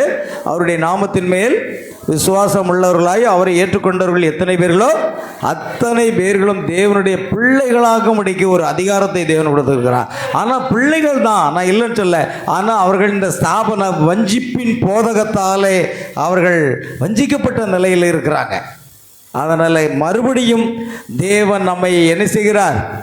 அந்த அப்போஸ்தலருடைய உபதேசத்துக்கு நேராக திருப்புவதற்காக ஒரு தீர்க்கதரிசியை அனுப்பியிருக்கிறார். ஆமென். ஆகையால் இவைகள் பட்சித்த வருஷங்களின் விளைவை நான் என்ன செய்வேன்? திரும்ப அளிப்பேன். நீங்கள் சம்பூர்ணமாய் சாப்பிட்டு திருப்தி அடைந்து என்னத்தை சாப்பிடுவீங்க? இந்த மணி நேரத்துக்கான வெளிப்படுத்தப்பட்ட வார்த்தையை சம்பூர்ணமாய் சாப்பிடுவீங்க. ஏன்னா மனுஷன் அப்பத்தினாலே மாத்திரமல்ல, தேவனுடைய வாயிலிருந்து புறப்படும் ஒவ்வொரு வார்த்தையினாலும் பிழைப்பான். அந்த வார்த்தையை சாப்பிட்டு திருப்தி அடைகிறீங்க. ஒரு கத்தோலிக்க சபையில் போய் அருள் இருந்த மாதிரியே வாழ்க்கை கத்துற உடனே இதில் உங்களுக்கு உங்கள் ஆத்மா திருப்தி ஆகுமா? இல்லை கிறிஸ்மஸ் வருது, குடியில் அமைத்து அங்கே 5-6 பொம்மைகளை வைத்து டெக்கரேஷன் பண்ணனா இந்த ஆத்மா திருப்தி ஆகுமா? ஆகுமா? அது ஒன்றுமில்லை. ஒரு காலத்தில் நாம் அங்குதான் இருந்தோம், ஆனால் அது ஒன்றுமில்லை என்பதை அறிந்திருக்கிறோம். அல்லேலூயா. அல்லது ஒரு பெந்தெகோஸ்தே சபைக்கு போய் பிதா குமாரன் பரிசுத்த ஆவி நாமத்தில் நீ ஞானஸ்நானம் உனக்கு கொடுக்கிறேன், இயேசு அப்படித்தான் சொன்னார் என்றால் உங்க ஆத்மா திருப்திப்படுத்துமா? நீ அந்நிய பேசுகிறாய், நீ பரிசுத்த ஆவியை பெற்றுக்கொண்டாய் என்று போதிப்பார்களானால் அது உங்க ஆத்மா திருப்திப்படுத்துமா? இல்லை. எந்த ஸ்தாபனத்தினுடைய போதகங்களோ ஒரு மனவாட்டியை திருப்திப்படுத்த முடியவே முடியாது. ஆனால் ஜீவனுள்ள தேவனுடைய வார்த்தையானது இந்த மணி நேரத்துக்கான வெளிப்படுத்தப்பட்ட வார்த்தை உங்கள் ஆத்மாவை திருப்திப்படுத்தும். நான் திரும்ப அந்த பெந்தெகோஸ்தையின் நேராக உங்களை கொண்டு போவேன். நீங்கள் சம்பூர்ணமாய் சாப்பிட்டு திருப்தி அடைந்து நீங்க மனவாட்டியா இருந்தா எந்த ஸ்தாபனத்தின் போதகமும் உங்க ஆத்மாவை திருப்திப்படுத்த முடியாது. இந்த மணி நேரத்துக்கான வெளிப்படுத்தப்பட்ட செய்தி மட்டும்தான் நம்முடைய ஆத்மாவை திருப்திப்படுத்த முடியும். ஏன்னா வேதமே சொல்லுகிறது. ஆமென். நீங்கள் சம்பூர்ணமாய் சாப்பிட்டு திருப்தி அடைந்து உங்களை அதிசயமாய் நடத்தி வந்த உங்கள் தேவனாகிய கர்த்தருடைய நாமத்தை துதிப்பீர்கள். அந்த நாமம் பிதாகுமாரன் பரிசுத்த ஆவி அல்ல, அது கர்த்தராகிய இயேசு கிறிஸ்து. அந்த நாமத்தை நீங்கள் துதிப்பீர்கள். என் ஜனங்கள் ஒருபோதும் வெட்கப்பட்டு போவதில்லை. ஆமென். மணவாட்டி ஒரு காலம் வெட்கப்பட்டு போகவே மாட்டா. அல்லேலூயா. நான் இஸ்ரவேலின் நடுவில் இருக்கிறவன் என்றும் நானே உங்கள் தேவனாகிய கர்த்தர், வேறு ஒருவர் இல்லை என்றும் அறிந்து கொள்வீர்கள். என் ஜனங்கள் ஒருபோதும் வெட்கப்பட்டு போவதில்லை. நாம வெட்கப்படவே முடியாது. ஏன்னா அவருடைய ஜீவனுள்ள வார்த்தையை நமக்கு தர. ஆமென். கர்த்தருக்கு ஸ்தோத்திரம். கவனிங்க. அதற்கு பிற்பாடு அங்கே இருக்கிறது 28. அதற்கு பின்பு நான் மாம்சமான யாவர் மேலும் என் ஆவியை ஊற்றுவேன். சரி, இப்போ செய்திக்கு போவோம், கவனிப்போம். ஆகையால் இந்த ஆதி சபையினுடைய வல்லமை இன்றைக்கு மணவாட்டிக்கு மத்தியில் வந்தாகணும். அது வராத வரைக்கும் எடுத்துக்கொள்ளப்படுதல் நடக்க வாய்ப்பே இல்லை. நாம் அதை பெறணும் அல்ல. ஆமென். நிறைய பேர் நாங்கள் எடுத்துக்கொள்ளப்படுதலில் போயிட்டோம், நாங்கள் அங்கே போயிட்டோம் இங்கே போயிட்டோம்னு சொல்கிறாங்க. அதெல்லாம் சும்மா அவங்க கற்பனை. ஆனால் ஆதி சபையில் என்ன இருந்ததோ அது இன்றைக்கு அந்த எழுப்புதல் இன்றைக்கு நம்ம மத்தியில் என்ன செய்யணும்? வந்து ஆக வேண்டும். அல்லேலூயா. பாருங்கள், இன்றைய முக்கியத்துவம் என்ன? இன்று பல சபைகளிலே பெந்தெகோஸ்தே ஒரு அனுபவம் இருக்கிறது. ஆமென். நம்முடைய சபையிலையும் பெந்தெகோஸ்தே அனுபவம் இருக்கிறது என்று நான் விசுவாசிக்கிறேன். ஆனால் உண்மையான இலக்கு என்னவா இருக்கிறது? பரிசுத்த ஆவியினுடைய முழு நடத்துதல். அடுத்து பரிசுத்த ஆவியானவர் தான் சபையை நடத்தணும். பரிசுத்த ஆவி தான் விசுவாசிகளை நடத்தணும். ஏக்கா நீங்கள் உபாசம் இருக்கீங்களா? அப்போ நானும் இருக்கேன். ஒன்றும் பரிசுத்த ஆவியை நடத்தலை. அக்கா கிட்டையும் கேட்கக்கூடாது, அண்ணங்கிட்டையும் கேட்கக்கூடாது. நீ தேவனிடத்தில் கேட்கணும். கர்த்தாவே, நான் உபாசிப்பது உமக்கு சித்தமானாலே என்னை நடத்தும். ஆமென். என்னை நடத்தும் இயேசு ராஜா. ஆமென். என்னை நடத்தும் என்று சொல்லி நம்ம கேட்கணும். நாம முடிவு பண்ணக்கூடாது. நாம் இருக்கலாமா, 3 நாள் இருக்கலாமா. நான் அறிவிப்பு கொடுத்த காலத்திலிருந்தே நிறைய பேருக்கு இன்னும் அந்த போராட்டம் இருக்குது. 3 நாள் இருக்கலாமா, 1 நாள் இருக்கலாமா, 1 நாள் இருக்கலாமா, 3 நாள் இருக்கலாமா, 3 நாள் இருக்கலாமா, 1 நாளுக்கு. அந்த போராட்டமே 2 வாரம் போயிடுச்சு. நிறைய பேர் அப்படி தான் இருக்காது போல் இருக்க. இந்த வயிறு ஒத்துக்காது போல் இருக்க. எது ஒத்துக்காதான்? வயிறு ஒத்துக்காது. ஆமே. பாஸ்டர் அம்மாட்ட நேற்று கேட்டேன், உபவாசம் ஆரம்பிக்கும் போது கேட்டேன், இந்த மாதிரி என்னம்மா, ஏன்னா உங்களுக்கு கொஞ்சம் சரீர பலகீனம் இருக்கிறது, இப்போ முன்னால் மாதிரி இல்லை, வயசாகிட்டு இருக்கு இல்லையா. நான் கேட்டேன், என்னம்மா உபவாசம்? அது எப்படி? நாம் ஊழியக்காரரை இருந்துட்டு நாம் 3 நாள் உபவாசம் வருஷத்துக்கு ஒரு தடவை கூட இல்லைன்னா அப்புறம் என்னங்க இருக்குது? அல்லேலூயா. சரி, நான் இங்கே செய்தி எடுத்துக்கொண்டதேன். என் மகன் வந்தா, எப்பா ஜெபம் பண்ணி விடுங்க. முன்னாலெல்லாம் அப்படி தான், 3 நாள் யாராவது உபவாசம் இருந்தால் முதல்ல பாஸ்டர்ட்டு வந்து நினச்சிவாங்க, ஜெபம் பண்ணிட்டு தான் ஆரம்பிப்பாங்க. அதெல்லாம் இப்போ பின்மாற்றம் போச்சு. இப்போ கிடையாது. ஏன் பாஸ்டர்ட்டு போய் ஜெபம் பண்ணணும்? நம்ம ஜெபம் பண்ணால் காணாதா? நம்ம ஜெபத்தை ஆண்டவர் கேட்க மாட்டாரா? அப்படிலாம் ஒரு இருமாப்பு இப்போ வந்துடுச்சு நிறைய பேருக்கு. என்ன வந்துடுச்சு? இருமாப்பு. தாழ்மை வர்றதுக்கு மேலே என்ன வந்துட்டு? இருமாப்பு வந்துட்டு. என் மகன் வந்தான், நான் ஜெபம் பண்ணி விட்டேன். மகளுக்கு மட்டும் இல்லை, பாசம் இருக்கிற சபையில் உள்ள எல்லா விசுவாசிகளுக்கும் சேர்த்து ஜெபம் பண்ணி விட்டேன். இல்லைடா அம்மாவுக்கு ஆடலண்ணே, அம்மா இப்போ தான் மாவு அரைச்சிட்டு இருக்காங்க. இப்போ கொஞ்ச நேரம் கழித்து அல்லேலியான்னு கையை தூக்கிட்டு ஒரு ஆள் வந்துச்சே பார்க்கணும். பாஸ்டர் அம்மா வந்து அவங்களுக்கும் ஜெபம் பண்ணி விட்டேன். ஆமென். அப்பொழுதும் சபை விசுவாசிகள் யாரெல்லாம் பாசத்தில் இருக்கிறார்களோ ஆண்டவரே. பாருங்கள், நீங்கள் நினைக்கிறீங்க உங்கள் பலத்தில் நிற்கணும்னு நினைக்கிறீங்களே, அதுதான் தப்பு. நமக்கு எந்த பலனும் கிடையாது. பரிசுத்த ஆவி உங்களிடத்தில் வரும் பொழுது நீங்கள் பலன் அடைந்து, அந்த பரிசுத்த ஆவி தான் அந்த பலத்தை வல்லமையை தர முடியுமே தவிர, நான் 1 நாள் இருக்கலாமா, 3 நாள் இருக்கலாமா, 3 நாள் இருக்கலாமா, 1 நாள் இருக்கலாமா, என்ன செய்யணும்னு தெரியலையே, ஏற்கனவே கொஞ்சம் பலகீனமாக இருக்குது, மூட்டு கொஞ்சம் தேய்மானம் வலி தான் இருக்குது, நான் என்ன தான் பண்ணுறேன்னு புரியலையே. சரி சரி சரி சரி சரி 1 நாள் இருப்போம் போதும். கடைசியில் முடிவு எங்கே வந்துட்டு, அதான் வெள்ளிக்கிழமை குட் ஃப்ரைடே அன்னைக்கு 1 நாள் இருந்தால் போதாதா? அதில் வர இவங்க அவங்களையும் சமாதானப்படுத்துகிறேன். 1 நாள் இருந்தால் போதாதா? போதும் அப்படின்னு முடிவுக்கு வருவாங்க. அப்படி உன் வழியை கர்த்தருக்கு ஒப்பித்து அவர் மேல் நம்பிக்கை அவர் காரியங்களை வைக்க பண்ணுவார். நாம் வந்து வயசாகி போச்சே, ஏனி 3 நாள் உபவாசம் இருக்க முடியுமா, முடியுமா முடியாதா, முடியுமா முடியாதா, விடு. கர்த்தருடைய சமூகத்துக்கு ஒன்று ஒப்பு கொடுத்து பாரு. ஆமென். அல்லேலூயா. பைபிளை வாசித்து பாரு. 40 நாள் புசியாமலும் குடியாமலும் மோசே தேவ சமூகத்தில் எப்படி இருந்தான்? ஆரம்ப ஊழிய கால கட்டத்தில் நான் வரும் பொழுது, கர்த்தர் என்னை ஊழியத்துக்கு அழைத்த பொழுது 40 நாட்கள் தேவ சமூகத்தில் நான் உபவாசம் இருக்க கர்த்தர் வழி நடத்தினாரே. அது எப்படி? இந்த 3 நாள் உபவாசத்தில் நம்ம ஒரு வேளை செத்து போவோமா, இல்லை அப்படி ஆயிருமோ இப்படி ஆயிரும், நீ பரிசுத்தாவினுடைய வல்லமை இன்னும் பெறவே இல்லைங்க. ஏன்னா பரிசுத்த ஆவி உங்களிடத்தில் வரும் பொழுது என்ன செய்யும்? உங்களை வல்லமை பலப்படுத்தும். என்னை பலப்படுத்த கிறிஸ்துனாலே எல்லாவற்றையும் சேரலாம். கப்பல் பிரயாணத்தில் இருக்கிற பவுல் சொல்கிறாரு, இன்றைக்கு 14 நாட்களாக நாம் ஒன்றுமே சாப்பிடலைங்கிறார். நாம் யாரும் சாவதில்லை. தேவன் நம்மை பாதுகாப்பாக ஒரு தீவில் கொண்டு நிறுத்த போகிறார். இப்பொழுது நாம் எல்லாரும் போஜனம் பண்ணி பலப்படுவோம்னு சொல்கிறார். தெரியுமா? மெலித்தா என்ற தீவுக்கு போகிறதுக்கு முன்னால். ஆமென். அங்கே என்ன இருக்கிறது பிரியமானவர்களே? பரிசுத்தாவினுடைய வல்லமை அங்கே தான் வரணும். பரிசுத்தாவினுடைய வல்லமை இல்லைன்னா நாம் இப்படி தான் குழம்பிக்கிட்டே இருப்போம். என்னை பலப்படுத்துகிற கிறிஸ்துவினாலே எல்லாவற்றையும் செய்ய பலன் உண்டு. அந்த வல்லமை தான் எல்லாவற்றையும் செய்ய முடியுங்க. ஒரு கழுதையின் தாடை எலும்பை எடுத்துக்கொண்டு கவசங்கள் அணிந்த இராணுவ உடைகளை தரித்து கொண்ட 1000 பேரை எப்படிங்க கொல்ல முடியும்? இந்திய இராணுவம் முடியாது, அமெரிக்க இராணுவம் முடியாது, இஸ்ரேல் இராணுவம் முடியாது. ஆனால் தேவனுடைய ஆவியை பெற்ற ஒருவனால முடியும். தேவனுடைய ஆவியை பெற்ற அந்த வல்லமையில் 1000 பெலிஸ்தியர்களை கொன்று போடுகிறான். அந்த வல்லமை இன்னைக்கு நமக்கு வேண்டாமா? நீங்கள் அதெல்லாம் மறந்துடுதீங்க. பரிசுத்த ஆவியின் இடத்துல வரும்போது பலன் அடைந்தெல்லாம் மறந்துட்டீங்க. நமக்கு முடியுமா, நமக்கு முடியாதா, இந்த யோசனை பண்ணுறதுலே பாதி உயிர் போயிடும்.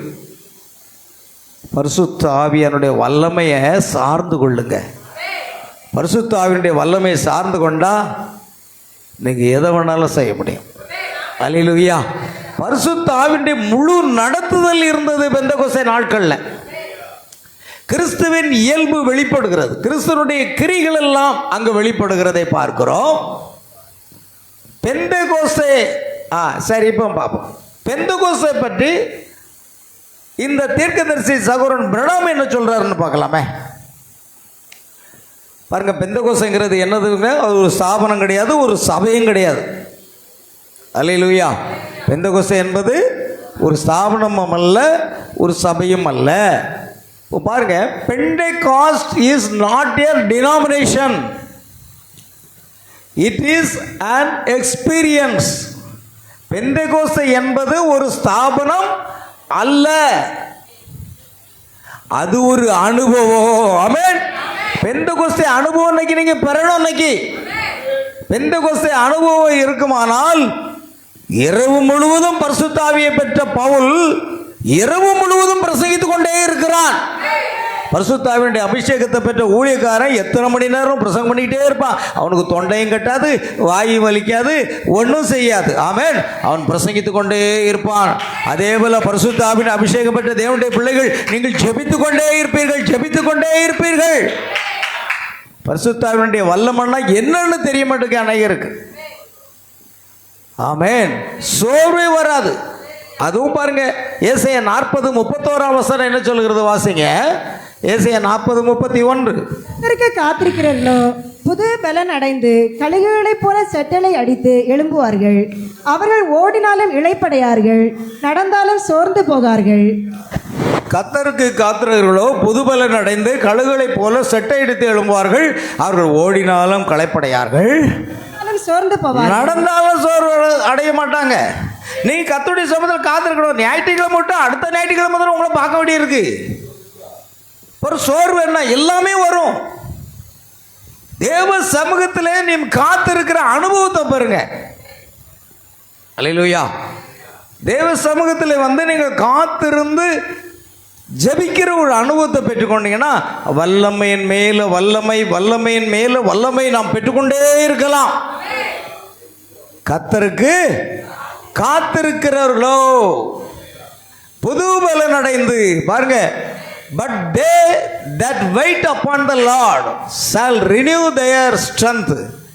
They shall mount up with wings as eagles. கழுகுகளை போல 150 ஆண்டுகளுக்கு முன்பாக ஏதோ அப்படி நான் நினைக்கிறேன், கிட்டத்தட்ட ஒரு 150 ஆண்டுகளோ ஏதோ ஒரு கணக்கு இருக்குது.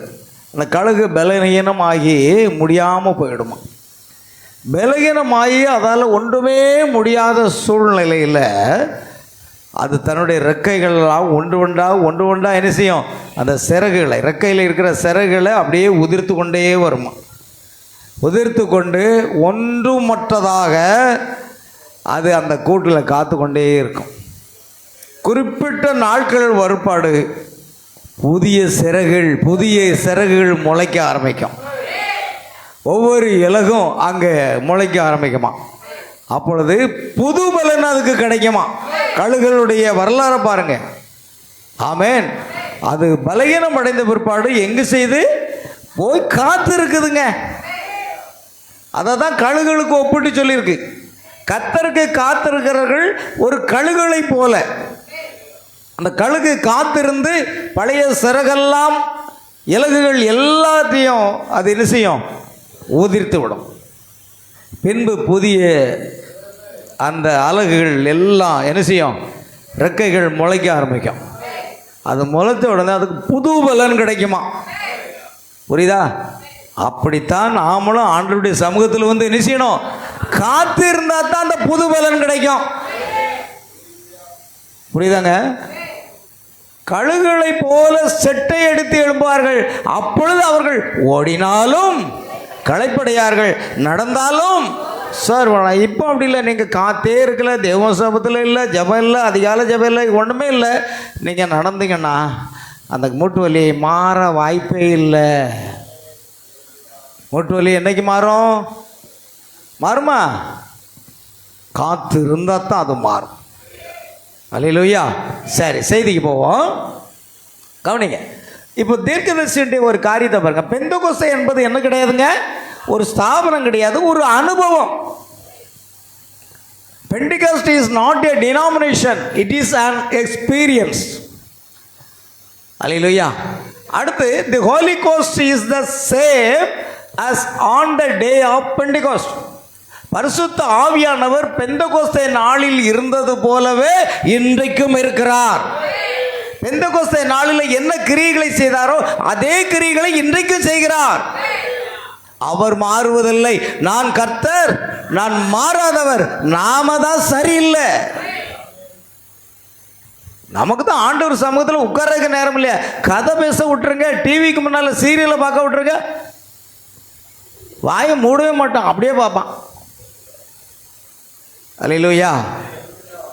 நீங்கள் அப்படி இல்லைன்னு நினைக்கிறேன். கவனிங்க.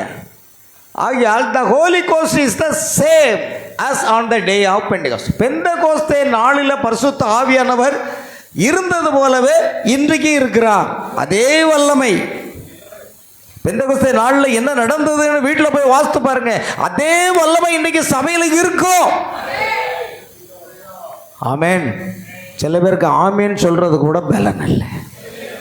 சில பேருக்கு ஆமேன்னு சொல்லி ஆண்டவரை மகிமைப்படுத்த கூட பலம் இல்லை. நான் என்னதான் உற்சாகமாக அபிஷேகத்தில் பேசினாலும் வாட் இஸ் தட்? என்ன நடந்து கொண்டிருக்கிறது புரியல. ஒரு அபிஷேகம் வேண்டாமா? அல்லேலூயா. கர்த்தர் அரசியல்வாதி கூட்டத்தில் பாருங்க, என்ன அபிஷேகம் இறங்குது. ஆமென். அரசியல்வாதி கூட்டத்தில் என்ன நடக்கு? அது ஒரு ஆவி. அந்த அபிஷேகம் அவங்கள நிரப்பும். ஆமென். ஆகையால் God does not change his program. தேவன் தம்முடைய திட்டத்தை மாற்றுவதே கிடையாது. அவர் பெந்தெகோஸ்தே நாளில் என்ன செய்தாரோ அதைத்தான் இப்பொழுது செய்வார்.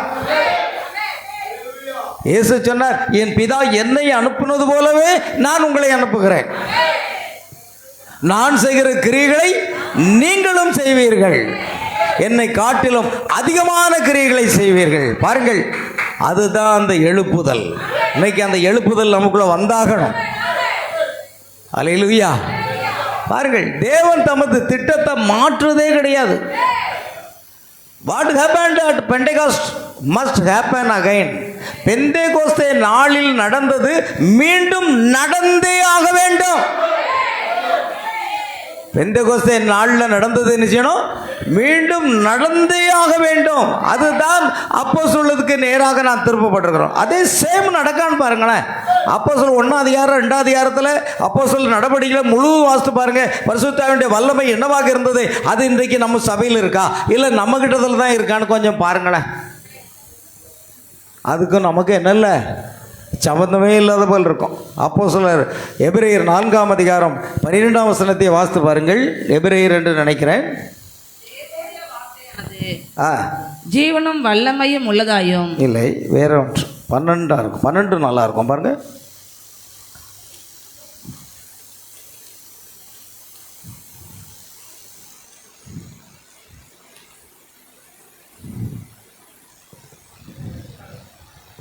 எந்த வசனம்? அதாவது எபிரேயர் 2:4 கரெக்ட். எபிரேயர் 2ஆம் அதிகாரம் 4ஆம் வசனம். அடையாளங்களினாலும் அடையாளங்களினாலும் பலவிதமான பலத்த செய்கைகளினாலும் தம்முடைய சித்தத்தின்படி பகிர்ந்து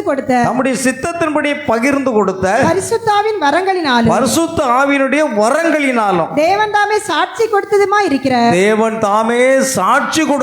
இருக்கிற இவ்வளவு பெரிதான ரட்சிப்பை குறித்து நாம் கவலையற்று இருப்போமானால் எப்படி தப்பித்துக் கொள்வோம்?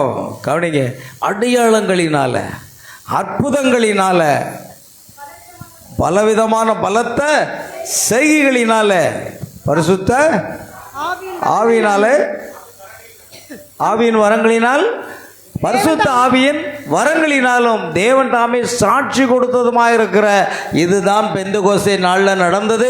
இது நடக்கும் வரைக்கும் எடுத்துக்கொள்ளப்படுதல் நடக்க வாய்ப்பே இல்லை. ஏன்னா அதே பெந்தெகோஸ்தேக்கு நாம் திருப்பப்பட்டிருக்கிறோம். ஆனால் பிரணாம் மூலமாக அதெல்லாம் நடந்தது.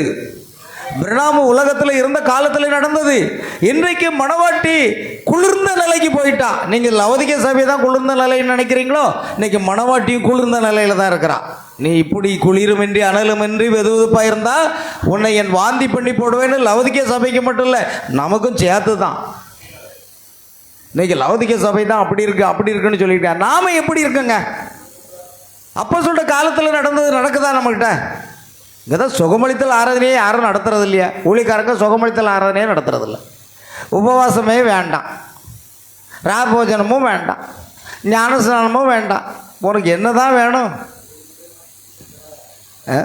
என்ன தான் வேணும்னு நான் கேட்க. அல்லேலூயா. எனக்கு அருமையான தேவன் பிள்ளைக்கானுங்க, இவ்வளவு அடையாளங்கள் அற்புதங்கள் நடந்ததுன்னா இன்றைக்கு நம்ம அங்கே தான் திருப்பப்பட்டிருக்கிறோம். அது நடக்கணும், கண்டிப்பாக நடக்கணும். மணவாட்டிக்கு மத்தியில் அதை என்ன செய்யணும்? நடக்க வேண்டும். பாருங்க, தீர்க்கதரிசி அப்படி தான் சொன்னார். பாருங்க, அவர் என்ன சொன்னார் பாருங்க, பெந்தெகோஸ்தே நாளில் நடந்தது மீண்டும் நடந்தே ஆக வேண்டும். பாருங்க, வாட் ஹேப்பன்ட் அட் பெந்தெகோஸ்ட். பெந்தெகோஸ்தே நாளில் என்ன நடந்தது? Must happen again. அது கண்டிப்பாக என்ன செய்யணும்? மறுபடியும் நடக்கணும் அப்படின்னு சொல்லி தீர்க்கதரிசி சொல்றாரு. அந்த இடத்துக்கு நம்ம வந்துட்டோமா பிரியமானவர்களே? இல்லை. திரளான ஜனங்கள் ஒரே மனமும் ஒரே இருதயமுள்ளவர்களாக கூடி ஜெபித்த போது இடம் அசைஞ்சதே, அந்த இடத்துக்கு நம்ம வந்துட்டோமா? ஆமென். இடம் அசையலை, ஆனால் நாம மட்டும் நினைச்சிடும் சோத்திரம் சோத்திரம் சோத்திரம் சோத்திரம். சில பெந்தெகோஸ்தே சபையில் நான் பார்த்துருக்கேன். அந்த பாஸ்டர் என்ன சொன்னோம், சோத்திரம் சோத்திராட்டவரை. சில பேர் முழங்கல்கிட்ட இப்படி ஆடி ஜெபிக்கிறேன். நம்ம சபையில் 1-2 பேர் இருக்கீங்க. ஜெபம் பண்ணும்போது இடம் அசையணும் பார்த்தா ஆள் அசையுது. சில பேர் ஜெபம் பண்ணும்போது அப்படி தான் சோத்திரம் சோத்திரம்னு இப்படி அசைவாங்க. நீங்கள் அசைய வேண்டாங்க, இடம் அசையணும். அல்லேலூயா. எல்லாம் பெந்தெகோஸ்தேக்காரங்க நம்ம சொல்லி கொடுத்தது. ஜெபம் பண்ணும்போது பாருங்கள், சிலவங்க சோத்திரம் சோத்திரம் சோத்திரம் சோத்திரம். சில நேரம் நான் கூட சில நேரம் அப்படி அசைய ஆரம்பிப்பேன். பிறகு பார்த்தேன், இது பெந்தெகோஸ்தே வேண்டாம். அதிகாலையில் எழுந்து ஜெபிக்கும்போது சோத்திராண்டவரே சோத்திராண்டவரே சோத்திராண்டவர். நான் சொன்னேன், இது என்ன ஆட்டம்? இது தேவையில்லை. ஆமென். நானே என்னை கடிந்து கொண்டிருக்கேன் சில நேரம். ஏன்னா அது அந்த ஸ்தாபனத்தினுடைய ஸ்பிரிட்டு இன்னும் நமக்கு போக மாட்டுக்கு. ஆமென்.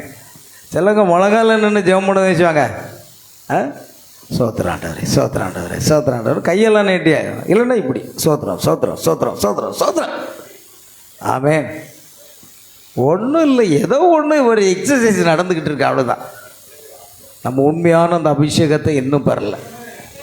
அந்த வல்லமை பெந்தெகோஸ்தே நாளில் பெற்ற வல்லமை இன்றைக்கு இடத்தை அசைக்கிற அளவுக்கு வரணும். ஆமென். இது பாருங்கள், எனக்கு ரொம்ப பிடிச்சது என்னென்னா, பெந்தெகோஸ்தே நாளில் நடந்தது மீண்டும் நடந்தே ஆக வேண்டுங்கிறார். கண்டிப்பாக நடந்துதான் ஆகணுங்கிறார். நாம் அங்கே வரணும் வேண்டாமா? அப்போ நம்ம ஜெப வாழ்க்கை கூட்டுறதுக்கு தானே பெண்கள் ஜெப கூட்டம் வச்சுருக்கோம். எவ்வளோ ஆர்வமாக வர்றீங்க? பெண்கள் ஜெப கூட்டத்துக்கு யாரெல்லாம் வர்றீங்க ஆர்வமாக? ஒரு சிலர் வராங்க, ஒரு சிலர் மட்டும் ஆர்வமாக வராங்க. நான் இல்லை சொல்ல, ஒரு சிலர் ஆர்வம் வந்து வெள்ளிக்கிழமை தோறும் பெண்களுக்கான ஜெபக்கூட்டம் நடக்குது. பெண்களுக்கான ஜெபக்கூட்டம் நடக்கும்போது சிறைச்சாலையில் இருந்த பேதுருவை கர்த்தர் வெளியே கொண்டு வந்தார். சாதாரணமாக நினைக்காதீங்க, பெண்களுடைய கூட்டம் ஊழியக்காரனை வல்லமையாக பயன்படுத்துவார். பெண்கள் கூட்டம் வேண்டும். இன்னும் கொஞ்ச நாள் கழித்து ஆண்கள் கூட்டமும் ஜெபக்கூட்டமும் வைக்க போகிறேன். நானும் உங்ககிட்ட கலந்துக்கிடுவேன். ஏன்னா பெண்களுக்கு மட்டும் தான் கூட்டமோ ஆண்கள் கூட்டம் ஆட்டமோ? ஏன்னா இவங்களும் வீர புலிகள், ஜெப வீரர்கள். ஆமென். அவங்களுக்கு ஒரு கூட்டம் வச்சாகணும் என்பேன். அப்போ தான் எப்படியாவது நம்ம ஜெபத்தை அதிகமாகப்படுத்தணும். அப்புறம் வாலிப பிள்ளைகள், வாலிபர்களை இவங்களும் ஜெபத்தில் ஒரு கூட்டத்தை வச்சா நல்லாயிருக்கும். ஆமென். அல்லேலூயா. ஏன்னா இன்றைக்கு நமக்கு தேவை என்னது? ஜெப தேவை அதிகமாக நமக்கு தேவை. அப்போ சொல்ற காலத்தில் அது இருந்ததுனால தான் தேவன் வல்லமையாக கிரியை செய்தார். அல்லேலூயா. ஆகையால் the real church is born by the spirit. உண்மையான சபை ஆவியானவரால் பிறக்கிறது. அது கத்தோலிக்க சபையோ புராட்டஸ்டன்ட் சபையோ அல்லது வேறு எந்தாவது ஸ்தாபன சபையோ அல்ல பிரியமானவர்களே. உண்மையான சபை பெந்தெகோஸ்தே நாளில் பரிசுத்த ஆவியினால் பிறந்தது தான் உண்மையான சபை. அப்படின்னால் உண்மையான சபையாக இது இருக்குமானால் இங்கே என்ன இருக்கணும்? பரிசுத்த ஆவியினால் நாம் பிறந்திருக்கணும். ஒருவன் ஜலத்தினாலும் ஆவியினாலும் பிறவாவிட்டால் அவன் தேவனுடைய ராஜ்யத்தில் பிரவேசிக்க மாட்டான் என்று மெய்யாகவே மெய்யாக உங்களுக்கு சொல்லுகிறேன் என்று இயேசு சொன்னார். ஆமென். ஆகையால் the real church is born by the spirit. உண்மையான சபை பரிசுத்த ஆவியானவரால் பிறக்கிறது. அப்புறம் சபையில் என்ன இருக்குது? Tongues and spirit. Speaking in tongues is not the evidence. Hallelujah. The life is. அதாவது speaking in tongues is not the evidence. அதாவது அந்நிய பாஷைகள் பேசுகிறது பரிசுத்த ஆவி பெற்றதுக்கு அடையாளம் அல்ல. The life is. ஆமென். அந்நிய பாஷைகளும் ஆவியும் ஜீவியம் தான் முக்கியம். அந்நிய பாஷைகளில் பேசுவது ஆதாரம் அல்ல, ஜீவனே ஆதாரம் அல்ல. லைஃப் என்றால் வாழ்க்கை, ஜீவியம்தான் ஆதாரம். பரிசுத்த ஆவி வரும் பொழுது என்ன வருகிறது? நம்முடைய ஜீவியத்தை இதை மாற்றி கொடுக்கிறது, கிறிஸ்துவை போன்று நம்மை மாற்றுகிறது. ஆகையால் ஜீவியம் தான் அந்த ஆதாரம். அந்நிய பாஷை பேசுனது பரிசுத்த ஆவி பெற்றதுக்கு என்ன இல்லை? அடையாளம் அல்ல. The holy ghost produces Christ like life. பரிசுத்த ஆவியானவர் கிறிஸ்துவை போன்ற ஒரு ஜீவியத்தை உண்டாக்குகிறார். அங்கு மொழிபெயர்ப்பில் ஜீவனைன்னு சொல்லியிருக்கு. ஜீவனைங்கிறதுக்குள்ள லைக் லைஃப், அதாவது the holy ghost produces Christ like life. பரிசுத்த ஆவியானவர் கிறிஸ்துவை போன்ற ஒரு ஜீவியத்தை உண்டாக்குகிறார். பரிசுத்த ஆவி வரும் பொழுது நாமும் கிறிஸ்துவை போன்ற ஒரு ஜீவியத்துக்குள்ள நம்ம வந்துடுறோம். அடுத்து, gifts without fruit is nothing. கனி இல்லாத வரங்கள் ஒன்றுமே இல்லை. வரங்கள் வரும் பொழுது பவர் அண்ட் சயின்ஸ், வரங்களும் அங்கு காணப்படுகிறது. கனி இல்லாத வரங்கள் என்பது ஒன்றுமில்லை. அல்லேலூயா. Gifts without fruit is nothing. அடுத்தது, power and signs. The same signs follow believers. இந்த அடையாளங்கள் விசுவாசிகளை தொடரும். பெந்தெகோஸ்தே நாளிலே காணப்பட்ட அந்த அற்புதங்கள், அடையாளங்கள் இன்றைக்கு விசுவாசிகளை என்ன செய்யணும்? தொடரணும். நம்ம ஆராய்ச்சி பார்க்கணும், அது என்கிட்ட இருக்கா? என்னை கொண்டு ஏதாவது ஜெபம் பண்ண அற்புதம் நடக்குதா? எதுவுமே இல்லை. அப்படின்னா அது என்ன பரிசுத்த ஆவியின் அபிஷேகம்? தி சேம் சயின்ஸ் ஃபாலோ பிலீவர்ஸ். அதே அடையாளங்கள் விசுவாசிகளை என்ன செய்யணும்? தொடர வேண்டும். வல்லமையும் அடையாளங்களும், பவர் அண்ட் சயின்ஸ், வல்லமையும் அடையாளங்களும் நம்மை தொடர வேண்டும். அதே அடையாளங்கள் விசுவாசிகளை பின்தொடர்கின்றன. மார்க்கு 16:17 அப்படி சொல்லுகிறது. அதே அடையாளங்கள் விசுவாசிகளை என்ன செய்கிறது? பின்தொடர்கின்றன. Jesus Christ is the same yesterday today and for ever. இயேசு கிறிஸ்து நேற்றும் இன்றும் என்றும் மாறாதவராக இருக்கிறார். பார்த்தீங்களா? இயேசு கிறிஸ்து பெந்தெகோஸ்தே நாளில் இருந்தது போல இன்றைக்கும் அப்படியே மாறாதவராக இருக்கிறார். அதே வல்லமை, அதே அபிஷேகம், அதே ஜெப வாழ்க்கை, அதே அற்புதங்கள், அதே அடையாளங்கள் இன்றைக்கு நம் மத்தியில் வந்தாகணும். ஆமென். Pentecost brought power, not just emotion. பெந்தெகோஸ்தே வெறும் உணர்ச்சி மட்டுமல்ல. இன்னைக்கு ஆவிக்குரிய சபைன்னு சொன்னால் எல்லாம் கொட்டு வேகமாக அடிக்கிறாங்க, இல்லை கையை வேகமாக தட்டுறாங்க, ஆமை நல்லிலையா அம்மை இல்லையான்னு சொல்கிறாங்களே, அந்த உணர்ச்சி கிடையாதுங்க. Not emotion, not just emotion. அது எமோஷன், அதாவது ஒரு உணர்ச்சி, அதுவல்ல. ஆமென். அல்லேலூயா. அந்த விதமான உணர்ச்சி சர்ச்சில் இருக்கும், வீட்டுக்கு போனால் காணாத. உணர்ச்சி பாஸ்டர் அபிஷேகத்தில் நடத்துவார், ஜெபத்தில் நடத்துவார், இல்லைன்னா அந்தோணி நடத்துவார். நடத்த உடனே ஓ ஆமீன் அலிலு ஓ ஓ வீட்டுக்கு போனால் என்ன ஆகும்? வீட்டுக்கு போனால் அந்த அபிஷேகம் இருக்கா? யாருக்காவது இருக்கா? நான் கேட்குறேன்னு சொல்லுங்கள். இருக்குதா? இங்கே இருக்கிற மாதிரி அபிஷேகம் வீட்டில் இருக்கா? இங்கேயே தூக்கம் வருது பாஸ்டர். இப்போ வீட்டில் என்ன செய்வோம்? நாங்கள் நல்ல தலையணை போட்டு தூங்குவோம். இங்கேயே தூக்கம் வருதான் அபிஷேகம். அப்போ அங்கே எப்படி வரும்? அதுதான் காரியம். அதனால் உணர்ச்சி தான் அது, வேற ஒன்றும் இல்லை. அந்த நேரத்தில் ஒரு உணர்ச்சி வருது பாருங்க, அப்படி இல்லை. பரிசுத்தாவின் அபிஷேகம் உணர்ச்சி இல்லைங்க, அது எப்பொழுதும் நிலைத்திருக்கிறது. ஆமென். பெந்தெகோஸ்தே வெறும் உணர்ச்சி மட்டுமல்ல, வல்லமையும் கொண்டு வருகிறது. பெந்தெகோஸ்தே அனுபவம் எதை கொண்டு வருது? வல்லமையை கொண்டு வருகிறதாக இருக்க வேண்டும். இன்றைக்கி நாம் அநேகர் பரிசுத்தாவி பெற்றதாக நம்மை நாமே ஏற்றி ஏமாற்றிக் கொள்கிறோம். ஆனால் உண்மையான பரிசுத்தாவினுடைய கிரிகளை நாம் இன்னும் காணவில்லை. அது வரும்போது தான் பரிசுத்தாவி நம்மில் ஜீவிக்கிறார் என்று நாம் சொல்ல முடியும். ஆமென். சர்ச் கண்டிஷன், இன்னைக்கு சபையின் நிலை என்னவா இருக்குது பாருங்க. பெண்டெகாஸ்ட் ஸ்டார்டட் ரைட் பட் டினாமினேட்டட். பெந்தெகோஸ்தே என்பது சரியாகத்தான் தொடங்கினது. பெந்தெகோஸ்தே நாளில் பரிசுத்தாவினுடைய வல்லமையோடு மாம்சமான யாவர் மேலேயும் ஆவியை ஊற்றுவேன் என்ற விதத்தில் சரியாகத்தான் அது ஒரு எழுப்புதலோடு ஆரம்பித்தது.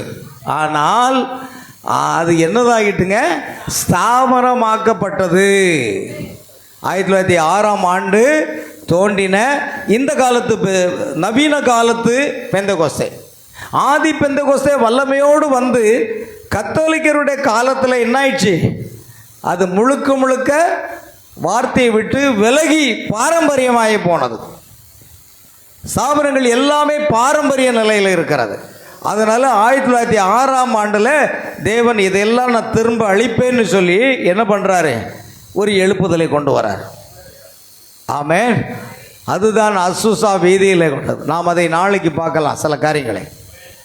இன்றைக்கி சாயங்காலம் 6:30 மணிலேருந்து 8 மணி வரை பைபிள் ஸ்டடி இருக்கும். அதில் சபகால தூதர்களும் மற்ற காரியங்களையும் படத்தோடு நான் வளர்க்க போகிறேன். நம்ம 6 இல்லைன்னா 6 மணிக்கு கூட நம்ம 1/2 மணி நேரம் முன்னே கூட நம்ம ஆரம்பிக்கலாம். அதனால் இந்த 3 நாள் கூட்டத்தை நீங்கள் விட்டுறாதீங்க. அடுத்தது சபையின் நிலையை நம்ம பார்க்குறோம். பெந்தெகோஸ்தே சரியாகத்தான் தொடங்கினது. ஆனால் அது என்னவாயிட்டுங்க? ஸ்தாபனமாக்கப்பட்டு விட்டதுங்க. அந்த எழுப்புதல் சரியாக தான் வந்ததுங்க. அது ஆதி பெந்தெகோஸ்தே சபையும் சரியான எழுப்புதலோடு வெற்றி நடை போட்டது. ஆனால் பின்னால் அது ஒரு ஸ்தாபனம் ஆயிட்டு. அதேபோல் 1906 பெந்தெகோஸ்தே வரங்கள் புதுப்பிக்கப்படுதல் ஒரு வல்லமையோடு வந்தது. உலகம் முழுவதும் அது பரவினது. ஆனால் அதுவும் என்ன ஆகிட்டது? இப்பொழுது ஒரு ஸ்தாபனம் ஆகிட்டு குளிர்ந்த நிலைக்கு போய்விட்டது. அல்லேலூயா. கவனிங்க. Organisation guild the spirit move. அந்த ஸ்தாபன அமைப்பு முறை இருக்கிறத அது பரிசுத்தாவினுடைய செயல்பாட்டை கொன்றது. பாருங்க, தீர்க்கதரிசி, நான் இத்தனையும் தீர்க்கதரிசி செய்தியிலிருந்து எடுத்தது. தீர்க்கதரிசி சொல்றார், பரிசுத்த ஆவியினுடைய அபிஷேகத்தை அது கொன்றது என்று சொன்னால் செயல்பட விடாமல் தடுத்தது. இந்த ஸ்தாபனங்கள் தான் உண்மையான பரிசுத்த ஆவியினுடைய செயல்பாட்டை தடுக்கிறது. ஏன்னா அவருடைய சொந்த போதனைகளினால். ஆமென். பாருங்க, organisation guild the spirit move. பரிசுத்த ஆவியினுடைய அசைவாடுதலை இந்த அமைப்பு முறைகள், ஸ்தாபன அமைப்பு முறைகள் அதை கொல்லுகிறது. அதாவது செயல்படாமல் ஆக செய்து விட்டது. ஆமென். God works outside systems. தேவன் அமைப்புகளுக்கு வெளியே செயல்பட்டு கொண்டிருக்கிறார். ஆமென். தேவன் எந்த ஸ்தாபனத்துக்குள்ள செயல்பட முடியாது. ஆமென். எந்த ஒரு ஸ்தாபனத்துக்குள்ளும் பரிசுத்த ஆவியானவர் செயல்படவே முடியாது. அவர் ஸ்தாபன அமைப்புகளுக்கு வெளியே அவர் என்ன செய்கிறார்? செயல்பட ஆரம்பிக்கிறார். நாம் ஏன் ஒரு ஸ்தாபனத்தை சார்ந்து கொள்ளவில்லை? ஏன் உலக பிரகாரமான சபைகளை நாம் சார்ந்து கொள்ளவில்லை? ஆமென். காரணம், தேவன் நம்மை நடத்த வேண்டுமானால் நம்மை தேவனுக்கு அர்ப்பணித்து பரிசுத்த ஆவியினாலே நம்மை கொண்டு செல்ல வேண்டும். ஆமென். பரிசுத்த ஆவியினுடைய செயல்பாட்டை தடுக்கிறது ஸ்தாபனங்களே. அப்படியானால் அந்த அமைப்புகளுக்கு வெளியே தான் கர்த்தர் என்ன செய்கிறார்? செயல்படுகிறார். அந்த ஸ்தாபன அமைப்புகளுக்கு வெளியே தான் கர்த்தர் செயல்படுகிறார். ஒரு தனி நபரை கொண்டு கர்த்தர் உலகத்தை அசைக்க முடியும். ஆனால் ஒரு ஸ்தாபனத்தை கொண்டு அந்த பட்டணத்தை கூட அசைக்க முடியாது. ஒரு ஸ்தாபனத்தை கொண்டு என்ன செய்ய முடியாது? ஒரு பட்டணத்தை கூட நீ அசைக்க முடியாது. ஆனால் ஒரு தனி நபரை கொண்டு உலகத்தை அசைக்க முடியும். 12 அப்போஸ்தலர்களை ஆண்டவர் தெரிந்து கொண்டார். இவர்கள் என்ன செய்தார்கள்? உலகமெங்கும் போய் சர்வ சிருஷ்டிக்கும் சுவிசேஷத்தை பிரசங்கித்தார்கள். கர்த்தர் அற்புதங்கள், அடையாளங்கள், அதிசயங்களினாலே வசனத்தை உறுதிப்படுத்தினார். மார்க் 16:20 அப்படி சொல்லுகிறது. அப்படி செய்யும் பொழுது ஜனங்களுக்குள்ளே மிகுந்த பயம் உண்டாயிற்று. ஆமென். உலகத்தை கலக்குகிறவர்கள் இங்கே வந்து விட்டார்கள். பெரிய கூட்டம் கிடையாது. ஒரு பெரிய ஸ்தாபனம் என்னைக்குங்க உலகத்தை கலக்குச்சு? முடியுமா? தனிநபர் மூலமாக தேவன் கிரியை செய்ய முடியும். 12 அப்போஸ்தலர்களை கொண்டு உலகத்தை கலக்கிறவர்கள் இங்கே உலகத்தை கலக்குனாங்க. அல்லேலூயா. இன்னைக்கு இந்த திம்மராஜபுர சபை மட்டும்தான் பரிசுத்த ஆவியானவருடைய வழிநடத்தலில் போதகருடைய ஆலோசனை கேட்டு நீங்கள் ஒருமனப்பட்டீர்கள்னா கண்டிப்பாக அந்த இடத்துக்கு கொண்டு வர முடியும். அந்த எழுப்புதலுக்கு நாம் கொண்டு வர முடியும். அல்லேலூயா. பிரியமான தேவனுடைய பிள்ளைகளே, நாம் வரணும், அந்த எழுப்புதலுக்கு போயாகணும். ஏன்னா நம்ம எடுத்துக்கொள்ளப்படுதல் கேட்ட விசுவாசத்தை நாம் பெற்றுக்கொண்டாகணும். ஆமென். சுகமளித்தலை விட எடுத்துக்கொள்ளப்படுதல்கள் விசுவாசம் பன்மடங்கு அதிகமானதுன்னு தீர்க்கதரிசி சொல்றார். வெறும் சுகமளித்தலுக்கே போதுமான விசுவாசம் இல்லை அப்படின்னா எடுத்துக்கொள்ளப்படுதல் கேட்ட விசுவாசம் அதை விட பெரியது. இந்த வழியாக தான் நம்ம அங்கே போயாகணும். ஆமென். ஆகையால் இப்படியே பிரியமானவர்களே, இந்த பெந்தெகோஸ்தே நாளில் நடந்த காரியங்கள் சபையில் நடப்பதற்கு, நம்மிடத்தில் நடப்பதற்கு நாம் என்ன செய்யணும்? நம்மை முழுமையாக ஒப்பு கொடுக்கணும். தேவன் அமைப்புகளுக்கு வெளியே செயல்படுகிறார். Last days evening light. சகரியா 14:6 வாசிப்பான். அந்நாளில் வெளிச்சம் இல்லாமல், அந்நாளில் வெளிச்சம் இல்லாமல், ஒருவேளை பிரகாசமும் ஒருவேளை மப்புமாய் இருக்கும். ஒரு நாள் உண்டு, அது கர்த்தருக்கு தெரிந்தது. ஒரு நாள் உண்டு, அது கர்த்தருக்கு தெரிந்தது. அது பகலும் அல்ல, இரவும் அல்ல. அது பகலும் அல்ல, இரவும் அல்ல. ஆனாலும் சாயங்காலத்திலே வெளிச்சம் உண்டாகும். சாயங்காலத்திலே என்ன உண்டாகும்? வெளிச்சம் உண்டாகும். பாருங்க, that at evening time it shall be light. சாயங்கால நேரத்தில் என்னனோ ஒரு வெளிச்சம் உண்டாகும். அப்பொழுது தேவன் ஒரு சாயங்கால செய்தியாளனை நம் மத்தியில் கொண்டு வருவார். ஆமென். சாயங்கால செய்தியாளன் தான் வில்லியன் பிரணாம். எனக்கு எந்த ஸ்தாபனத்துக்கு புரிய போகுது? ஆமென். கர்த்தாவே, எங்கள் மூலமாய் கேள்விப்பட்டதை விசுவாசித்தவன் யார்? கர்த்தருடைய போயும் யாருக்கு வழிபட்டது? அல்லேலூயா. அவங்களுக்கு புரியாது, சத்தியமே புரியாது. அல்லேலூயா. கவனிங்க, ஒரு நாள் உண்டு, அது கர்த்தருக்கு தெரிந்தது. அது பகலும் அல்ல, இரவும் அல்ல. ஆனாலும் சாயங்கால நேரத்தில் வெளிச்சம் உண்டாகும். அந்த வெளிச்சம்தான் ஈவினிங் லைட். ஆமென். சாயங்கால வெளிச்சம் என்று ஒரு புஸ்தகம் இருக்கிறது, ஒரு செய்தி இருக்கிறது. எத்தனை பேர் வாசித்திருக்கீங்க? சாயங்கால வெளிச்சம் என்ற செய்தியை வாசித்திருக்கீங்களா? செய்தியில் ஆர்வம் வரணும். ஆராதனைக்கு வரணும்னா ஆர்வம் வரணும். சத்தியத்தை கேட்கறதுக்கு ஆர்வம் வரணும். ஆமென். அது இல்லாத வரைக்கும் நம்ம ஏதோ ஒரு ஸ்தாபன விசுவாசி போல தான் இருக்கிறோன்னு அர்த்தம். நான் அந்த செய்திகள் வரும்போது ராத்திரி பகலாக செய்தி விட மாட்டேன். நேரம் கிடைக்கும் போதெல்லாம் செய்தியை வாத்துக்கிட்டே இருப்பேன். யார்கிட்டையும் போய் கதை பேச மாட்டேன். உலகத்தில் இருக்கும்போது அதுதான் நடந்தது. யார்கிட்டையும் போய் ஒரு 10 நிமிஷம் கூட வீணாக்க மாட்டேன். அடுத்த அக்கா வீட்டுக்கும் மாமியார் வீட்டுக்கெல்லாம் போக மாட்டேன். அல்லேலூயா. நேரம் கிடைக்கும் போதெல்லாம் செய்தியில் தான் இருப்பேன். ஏன்னா மரியாள் தன்னை விட்டு எடுபடாத நல்ல பங்கை தெரிந்து கொண்டாள். இயேசுவின் பாதத்தருகே உட்கார்ந்து அவருடைய வார்த்தை கேட்பது.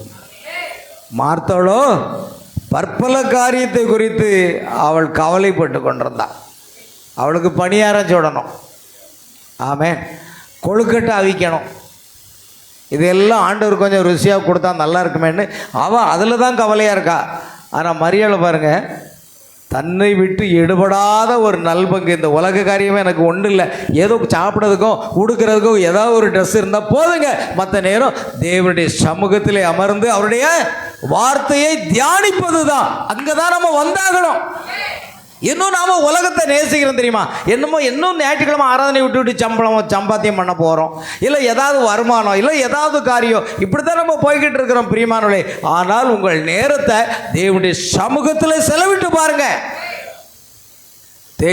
தேவன் உங்களை வல்லமையாக பயன்படுத்துகிறார். இல்லை நாம் சபை இந்த 3 நாட்கள் எழுப்புதல் கூட்டங்களில் நாம் அதிகமாக தேவ சமூகத்தில் நம்ம அர்ப்பணிக்க போகிறோம். அல்லேலூயா. அவர் சாயங்கால வெளிச்சம் வருகிறது பாருங்கள். கடைசி நாட்கள் அதுதான் சாயங்கால வெளிச்சம். சாயங்கால வெளிச்சம் வந்து விட்டது. ஆமென். சாயங்கால செய்தியாளனும் நம்மத்தில் வந்து சாயங்கால செய்தியை பிரசங்கித்திருக்கிறார். The bride will return to Pentecost. மணவாட்டி பெந்தேகோஸ்துக்கு திரும்புவாள். ஆமென். மணவாட்டி எங்க திரும்பணும்? இப்போ நாம எந்த ஸ்தாபனத்தை நோக்கி தாம் திரும்பக்கூடாது. ஆர்சியிலிருந்து சிஎஸ்ஐக்கு போயிடலாமா? சிஎஸ்ஐலிருந்து செவன்த் டே போயிடலாமா? செவன்த் டேலேருந்து பெந்தகோஸ்தைக்கு போயிடலாமா? ஒரு பிரயோஜனமே கிடையாது. நீ அங்கே இங்கேயும் தாவிக்கிட்டு இருந்து பிரயோஜனம் இல்லை. நீ இந்த பெந்தகோஸ்தைக்கு திரும்ப வேண்டும். அல்லேலூயா. இன்னைக்கு நாம் எங்கே திரும்பணும்? பெந்தகோஸ்தை திரும்ப வேண்டும். மணவாட்டி பெந்தகோஸ்தைக்கு திரும்புவாள். பாருங்க, the bride will return to Pentecost. மணவாட்டி மறுபடியும் பெந்தகோஸ்தை அனுபவத்துக்கு திரும்புகிறாள். பெந்தகோஸ்தை நாட்களில் என்னெல்லாம் தேவன் பரிசுத்தாவின் கிரியை செய்தோ அதே கிரியைகள் மணவாட்டின் மத்தியிலே நடைபெற வேண்டும். அது நடைபெறும் என்று தீர்க்கதரிசி ஆணித்தரமா சொல்றார். அதுக்கப்புறம் தாங்க எடுத்துக்கொள்ளப்படுதல். அல்லேலூயா. கவனிங்க, மணவாட்டி கடைசியில் நான் முடிக்க போறேன். என்ன ஒரு சில காரியம். Restoration is happening now. சீர்படுத்தல் இப்போது நடந்து கொண்டிருக்கிறது. பார்த்தீங்களா என்ன நடந்துகிட்டு இருக்கு? சீர்படுத்துதல் இப்போது நடந்து கொண்டிருக்கிறது. True experience Pentecost is living Christ in you. உண்மையான அனுபவம் என்ன? பெந்தெகோஸ்தை என்பது உங்களுக்குள் வாழும் கிறிஸ்து. அல்லேலூயா. உண்மையான பெந்தெகோஸ்தை அனுபவம் நமக்குள் வாழக்கூடிய கிறிஸ்து, நம்மை நடத்துகிற கிறிஸ்து. ஆமென். அங்க வந்தாகணும் இப்போ. அல்லேலூயா. பாருங்கள், ஒரு உண்மையான அனுபவம் என்னவா இருக்குது? பெந்தெகோஸ்தை என்பது உங்களுக்குள் வாழும் கிறிஸ்து. Not shouting but transformation. கூச்சலிடுவதல்ல. Not shouting but transformation. கூச்சலிடுவதல்ல, உருமாற்றம் அடைதல். டிரான்ஸ்ஃபர்மேஷன். நமக்குள் என்ன செய்யணும்? ஒரு மாற்றம். அல்லேலூயா. ஒவ்வொன்றாக நமக்குள் மாற்றப்பட்டு கொண்டே இருக்கிறது. அதுதான் முக்கியம். ஷவுட், அதாவது நம்ம சத்தம் போட்டு ஜெபிக்கிறதுலையோ அல்லது அப்படி செய்கிறதுல இப்படி செய்து நடனமாடுகிறதுல ஒன்றுமில்லை. நமக்குள் கிறிஸ்துவை போன்ற ஒரு மாற்றம் உருவாக வேண்டும். உலகத்தை நேசிக்கிறதை விட்டு முழுமையாக பைபிள் வாசிக்கிறது, செய்தியை தியானிக்கிறது, செய்தியை கேட்கிறது, தேவ சமூகத்தில் வந்து ஒரு 2 மணி நேரம் ஜபிக்கிறது, இது என்னைக்கு வருகிறதோ அன்றைக்கு தான் ஒரு முழுமையான அந்த பெந்தெகோஸ்தை என்ற அனுபவம் நமக்குள் வரும். ஆமென். ஆகையால் நாட் ஷவுட்டிங் பட் டிரான்ஸ்ஃபர்மேஷன். அது கூச்சலிடுவதல்ல. இன்னைக்கு நம்ம நிறைய பேர் விஷயம் உணர்ச்சி வசத்தில் கூச்சலிடுறோம், உணர்ச்சி வசத்தில் எல்லாம் செய்கிறோம். நான் தவறுன்னு சொல்லலை, அதெல்லாம் நல்லது தான் பிரியமான. ஆனால் நம்முடைய டிரான்ஸ்ஃபர்மேஷன் வரணும், ஒரு மாற்றம் வரணும் நமக்குள்ள. நமக்குள்ள கோபம், வைராக்கியம், பிடிவாதம், அது இதெல்லாம் ஏகப்பட்டது இருக்கு இல்லையா? இருக்கா இல்லையா? எல்லாம் இருக்கு பாஸ்டர். அதெல்லாம் போகணும் பாருங்க. அதுதான். ஆமென். மாற்றம் இல்லை என்றால் அது ஒன்றும் பிரயோஜனம் இல்லை. The Holy Ghost changes nature. பரிசுத்த ஆவியானவர் சுபாவத்தை மாற்றுகிறார்.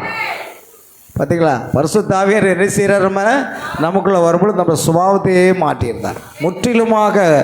அது ஒரே நேரத்தில் மாறாது. சில பேருக்கு இருக்கிற பிடிவாத குணங்கள் இருக்கு பாருங்க, லேசில் வர. ஏன்னா உலகத்தார் சொல்லுவான், வாதத்துக்கு மருந்து உண்டு, பிடிவாதத்துக்கு மருந்து இல்லைன்னு சொல்லுவாங்க. அதே போல தான் The Holy Ghost changes nature. நம்முடைய சுபாவத்தை அவர் என்ன செய்கிறாருங்க, அப்படியே மாற்றியிருந்தார். கிறிஸ்துவனுடைய சாயலுக்கு ஒப்பாக மாறுபடிக்கு தேவன் நம்மை முன்குறித்திருக்கிறார், சுபாவத்தை மாற்றுகிறார். பெண்டகாஸ்ட் பற்றி போதும், நான் அதை இங்கிலீஷில் இருந்து எடுத்து போட்டேன், அது போதும். பரிசுத்த ஆவியானவருடைய சுபாவத்தை மாற்றுகிறார். அப்போ பெந்தகோஸ்தை எழுப்புதல் என்றால் என்ன? அது ஒரு அனுபவம். அல்லேலூயா. பெந்தகோஸ்தை எழுப்புதல் என்றால் என்ன பிரியமானவர்களே? அது ஒரு அனுபவம். ஜெபத்தில் ஆவியினால் ஜெபிக்கிறது. உங்கள் ஜெபம் 4 பேரை அசைக்கணும். ஆமென். ஸ்தாபனத்தார் ஜெபிக்கிறது போல ஜெபிக்கக்கூடாது. அல்லேலூயா. ஜெபத்தில் ஒரு மாற்றம், பாடுறதுல ஒரு மாற்றம். ஆமென். செய்தியை தியானிக்கிறதுல ஒரு மாற்றம், பைபிள் வாசிக்கிறதுல ஒரு மாற்றம். அப்படியாக நம்முடைய நேரத்தை முழுவதும் எங்கே செலவிட வேண்டும்? தேவ சமூகத்தில் செலவிடக்கூடியவர்களாக நாம் மாற்றப்பட வேண்டும். உலக காரியத்திற்கு அல்ல. உலக காரியத்தெல்லாம் தூக்கி தூர போட்டுட்டு ஆண்டவருடைய சமூகத்தில் நம்முடைய அதிக நேரத்தை நாம் செலவழிப்போமானால் அந்த பெந்தெகோஸ்தே அனுபவம் நமக்குள் கிரியை செய்ய ஆரம்பிக்கும். நமக்குள் ஒரு எழுப்புதலை கர்த்தர் கொடுப்பார். ஆமென். யாவர் எழுந்து நிற்போம். பிரியமானவர்களே, கடைசியாக நாம் ஒரு பாடலை பாடி நாம் செபித்து இன்றைய இந்த செய்தியை நாம் நிறைவு செய்வோமாக. கர்த்தருக்கு ஸ்தோத்திரம் உண்டாகட்டும். தேவாதி தேவனும் கர்த்தாதி கர்த்தருமாக இயேசுவின் நாமம் மகிமைப்படட்டும். பிரியமான தேவ பிள்ளைகளே, இந்த நாட்களில் கர்த்தர் நமக்கு கொடுத்த அந்த செய்தியின் அடிப்படை என்ன? பெந்தெகோஸ்தை என்பது கூச்சலிடுவதோ நடனம் ஆடுவதோ அந்நிவாசிகளை பேசுவதோ அல்ல. பிரியமான தேவ பிள்ளைகளே, அது என்னவாக இருக்க வேண்டுமா? ஒரு அனுபவமாக இருக்க வேண்டும். நாம் இன்றைக்கு எதுக்கு நேரம் திருப்பப்பட்டிருக்கிறோம்? பெந்தெகோஸ்தே என்ற ஒரு அனுபவத்துக்கு நேராக நாம் திருப்பப்பட்டிருக்கிறோம். வெறும் இயேசு கிறிஸ்துவின் நாமத்தில் ஞானஸ்நானம் பெற்றால் மட்டும். இன்னொரு இடத்துல தீர்க்கதரிசி சொல்கிறார், ஒரு இடத்துல சொல்கிறாரு, நீங்கள் 50 முறை ஞானஸ்நானம் பெற்றிருந்தாலும் உங்களுடைய ஜீவியம் மாற்றப்படாவிட்டால் ஒரு பிரயோஜனம் இல்லைங்கிறார். இன்றைக்கி எல்லோரும் நான் இயேசு நாமத்தில் ஞானஸ்நானம் பெற்றேன், நான் கண்டிப்பாக மனவாட்டி தான், நான் போயிடுவேன். ஒரு பிரயோஜனமும் கிடையாதுங்க. பாவம் மன்னிக்கப்பட்டது, அவ்வளோதான். மகளே, உன் பாவங்கள் மன்னிக்கப்பட்டது, இனியில் பாவம் செய்தாய். அதுதாங்க ஞானஸ்நானம். நம்ம பாவம் மன்னிக்கப்பட்டதின் அடையாளம். அடுத்து நம்முடைய ஜீவியமானது கிறிஸ்துவை போன்ற ஒரு மாற்றம் உடனடியாக வராது. கொஞ்சமாக மாறிக்கிட்டே இருக்கணும். சரிதானே? இல்லை, உடனே வராது. ஏன்னா நம்ம மாம்சம் அதுக்கு விடாது. நம்ம மாம்சம் என்னச்சோம் இங்கே பிடிச்சி இழுக்கும், பரிசுத்த ஆவியானவர் அங்கே பிடிச்சி இழுப்பார்.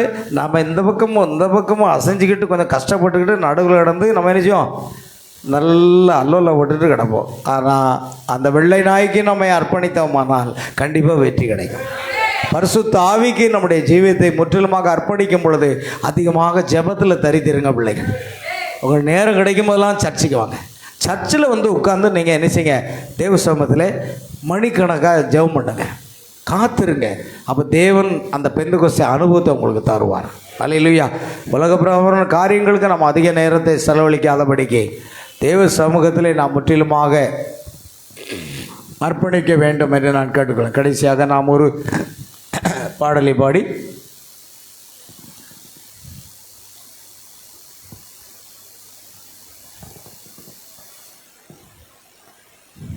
Praise Lord Jesus.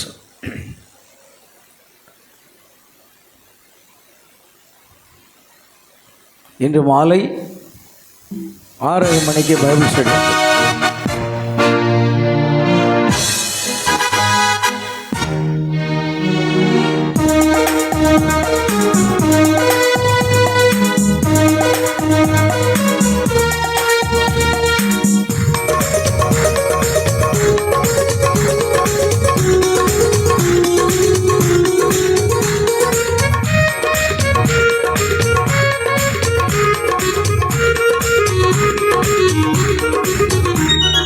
ஜெயம் தரும் கிறிஸ்துவினால் எனக்கு எல்லாம் செய்ய பலனுண்டு. ஜெயம் தரும் கிறிஸ்துவினால் எனக்கு எல்லாம் செய்ய பலனுண்டு. உலகத்தை மரணத்தை ஜெயித்தவர் இயேசு நம்முடன் இருக்கின்றார். உலகத்தை மரணத்தை ஜெயித்தவர் இயேசு நம்முடன் இருக்கின்றார். ஜெயம் தரும் கிறிஸ்துவினால் எனக்கு எல்லாம் செய்ய பலனுண்டு.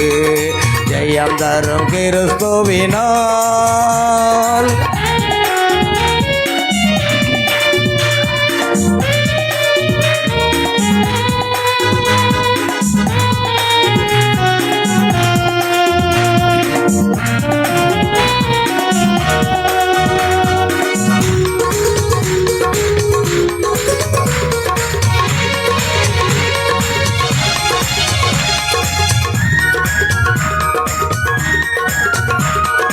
காற்றையும் கடலையும் அமர்த்தியவர் என் கருத்தினில் ஒன்றாய் கலந்திட்டவர்.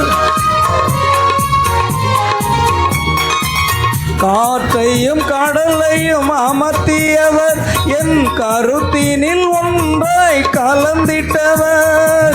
கருவினில் என்னை தெரிந்திட்டவர். கருவினில் என்னை தெரிந்திட்டவர். கண்ணின் மணி போல் என்னை காக்கின்றவர்.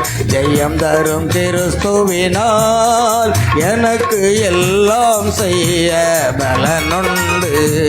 ஜெயம் தரும் கிறிஸ்துவினால்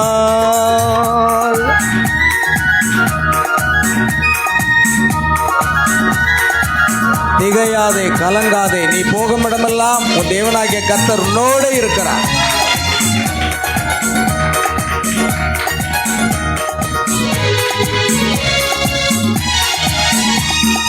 திகையாதே, கலங்காதே என்றவரே, எந்த திசை எங்கும் வழியாய் செல்பவரே. திகையாதே, கலங்காதே என்றவரே, எந்த திசை எங்கும் வழியாய் செல்பவரே. தீக்கற்றோனாய் என்னை கைவிடிரே. தீக்கற்றோனாய் என்னை கைவிடிரே. எந்த தீங்கும் அணுகாமல் காப்பவரே. ஜெயம் தரும் கிறிஸ்துவினால் எனக்கு எல்லாம் செய்ய பலனுண்டு. ஜெயம் தரும் கிறிஸ்துவினால் கர்த்தரை எப்பொழுதும் எனக்கு முன்பாக வைத்திருக்கிறேன். அவர் என் வலது பார்சத்தில் இருக்கிறபடியால் நான் அசைக்கப்படுவதில்லை.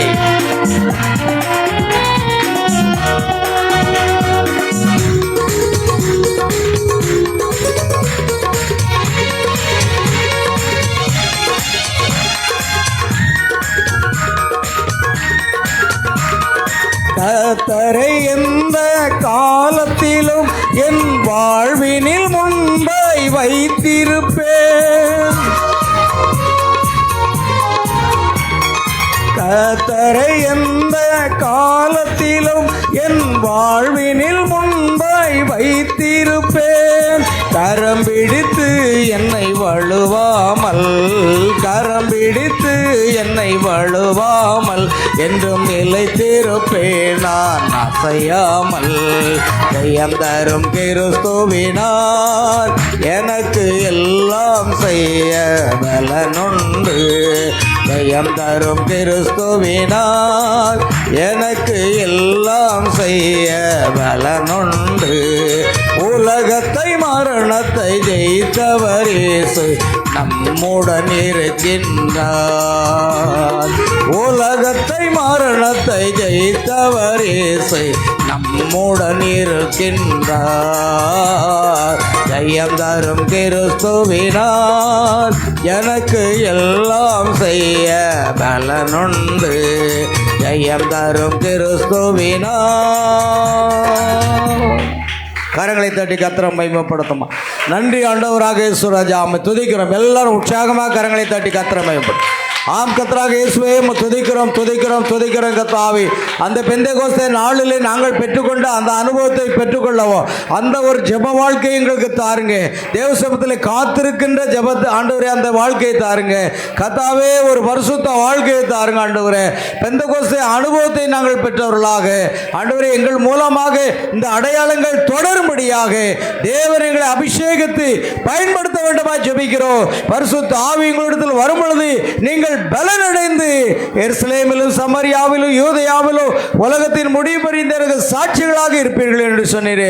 பரிசுத்த ஆவியானவர் எங்களை நடத்தும்படியாக ஜெபிக்கிறோம். நாம் கர்த்தாவே சோத்திரம் சோத்திரம் ஆண்டவரே. சபையானது அதே பெந்தெகோஸ்தே அனுபவத்துக்கு நேராக திருப்பப்பட்டிருக்கிறது. ஆகையால் அதே பெந்தெகோஸ்தே அனுபவத்தை நாங்கள் பெற்றுக்கொள்ளும்படி கர்த்தருடைய ஆவியானவர் கிரியை செய்ய வேண்டுமாய் ஜெபிக்கிற ஆண்டவரே. இந்த 3 நாட்கள் கூட்டங்களிலே முதலாம் நாள் கூட்டத்தை கிருபையாக எங்களுக்கு ஆசீர்வதித்து கொடுத்தீரே, நன்றி செலுத்துகிறோம். ஆம் கர்த்தாவே, தொடர்ந்து மாலை நடைபெறக்கூடிய ஆண்டவரே சோதர இந்த பைபிள் ஸ்டடி வேத பாட வகுப்பு ஆராதனையும் கூட தேவன் ஆசீர்வதிக்கும்படியாக ஜெபிக்கிறோம். தொடர்ந்து இந்த 3 நாட்களும் கர்த்தர் எங்களை பலப்படுத்தி ஆண்டவரே சோதர உபவாசம் இருக்கிற பிள்ளைகளுடைய சரீரங்களில் எந்த ஒரு சோர்வுகள் அசதிகள் பலவீனங்கள் வராதபடி காத்து நல்ல சுகத்தையும் பலத்தையும் கொடுத்து நீர் பலப்படுத்தி ஆசீர்வதிக்க வேண்டுமா ஜெபிக்கிற ஆண்டவரே. கர்த்தராக இயேசு கிறிஸ்துவின் நாமத்திலே 3 நாட்களும் தேவ செய்தி எங்களை தந்து எங்களை உற்சாகப்படுத்தி ஒரு எழுப்புதலை இங்கு சபையில கட்டளையிடுங்க. ஒரு எழுப்புதலை மனவாட்டிக்கு மத்தியில கட்டளையிடுங்க. தேவரே ஒரு எழுப்புதல் எங்களுக்குள்ள உண்டாகட்டும். எங்கள் சோர்வுகள் மாறட்டும். எங்கள் அசதிகள் நீங்கி போகட்டும். எங்கள் பலவீனங்கள் நீங்கி போகட்டும். என்னை பலப்படுத்துகிற கிறிஸ்துவினாலே எல்லாவற்றையும் செய்ய எனக்கு பலன் உண்டு என்று சொல்லுமல. எங்கள் ஒவ்வொருவரையும் கர்த்தாவே நீர் பரிசுத்த ஆவியானவர் பலப்படுத்துவீராக பலப்படுத்துவீராக உற்சாகப்படுத்துவீராக ஆண்டவரே. நன்றியோடு துதிக்கிறோம் துதிக்கிறோம் துதிக்கிறோம் கர்த்தாவே. இந்த ஆராதனையில் கலந்து கொண்ட ஒவ்வொரு சகோதர சகோதரிகள் பிள்ளைகள் குழந்தைகள் அனைவரையும் கர்த்தர் ஆசீர்வதிக்க வேண்டுமா ஜெபிக்கிறோம். சகல துதி கன மகிமை யாவற்றும் உமக்கு செலுத்துகிறோம். கர்த்தராகிய இயேசு கிறிஸ்துவினுடைய நாமத்தில் கேட்கிறோம் பிதாவே. என் ஆத்மாவே கர்த்தரை ஸ்தோத்ரி, என் முழு உள்ளமேருடைய பரிசுத்த நாமத்தை ஸ்தோத்ரி. என் ஆத்மாவே கர்த்தரை ஸ்தோத்ரி, கர்த்தர் செய்த சகல உபகாரங்களை மறவாதே. ஆமென். நம்முடைய கர்த்தராகிய இயேசு கிறிஸ்துவினுடைய கிருபையும் தேவனுடைய அன்பும் பரிசுத்த ஆவியுடைய ஐக்கியமும் சந்தோஷமும் சமாதானமும் சுகமும் பலமும் ஆசீர்வாதங்களும் நம் அனைவரோடும் நம் குடும்பத்தார் அனைவரோடும் சகல பரிசுத்தவான்கள் அனைவரோடும் இன்றும் என்று சதா காலமும் நிலைத்திருப்பதாக. அல்லேலூயா. Praise the Lord. கர்த்தராகிய இயேசு கிறிஸ்து உங்கள் ஒவ்வொரு ஆசீர்வதிப்பார். God bless you. God bless you. God bless you. Praise.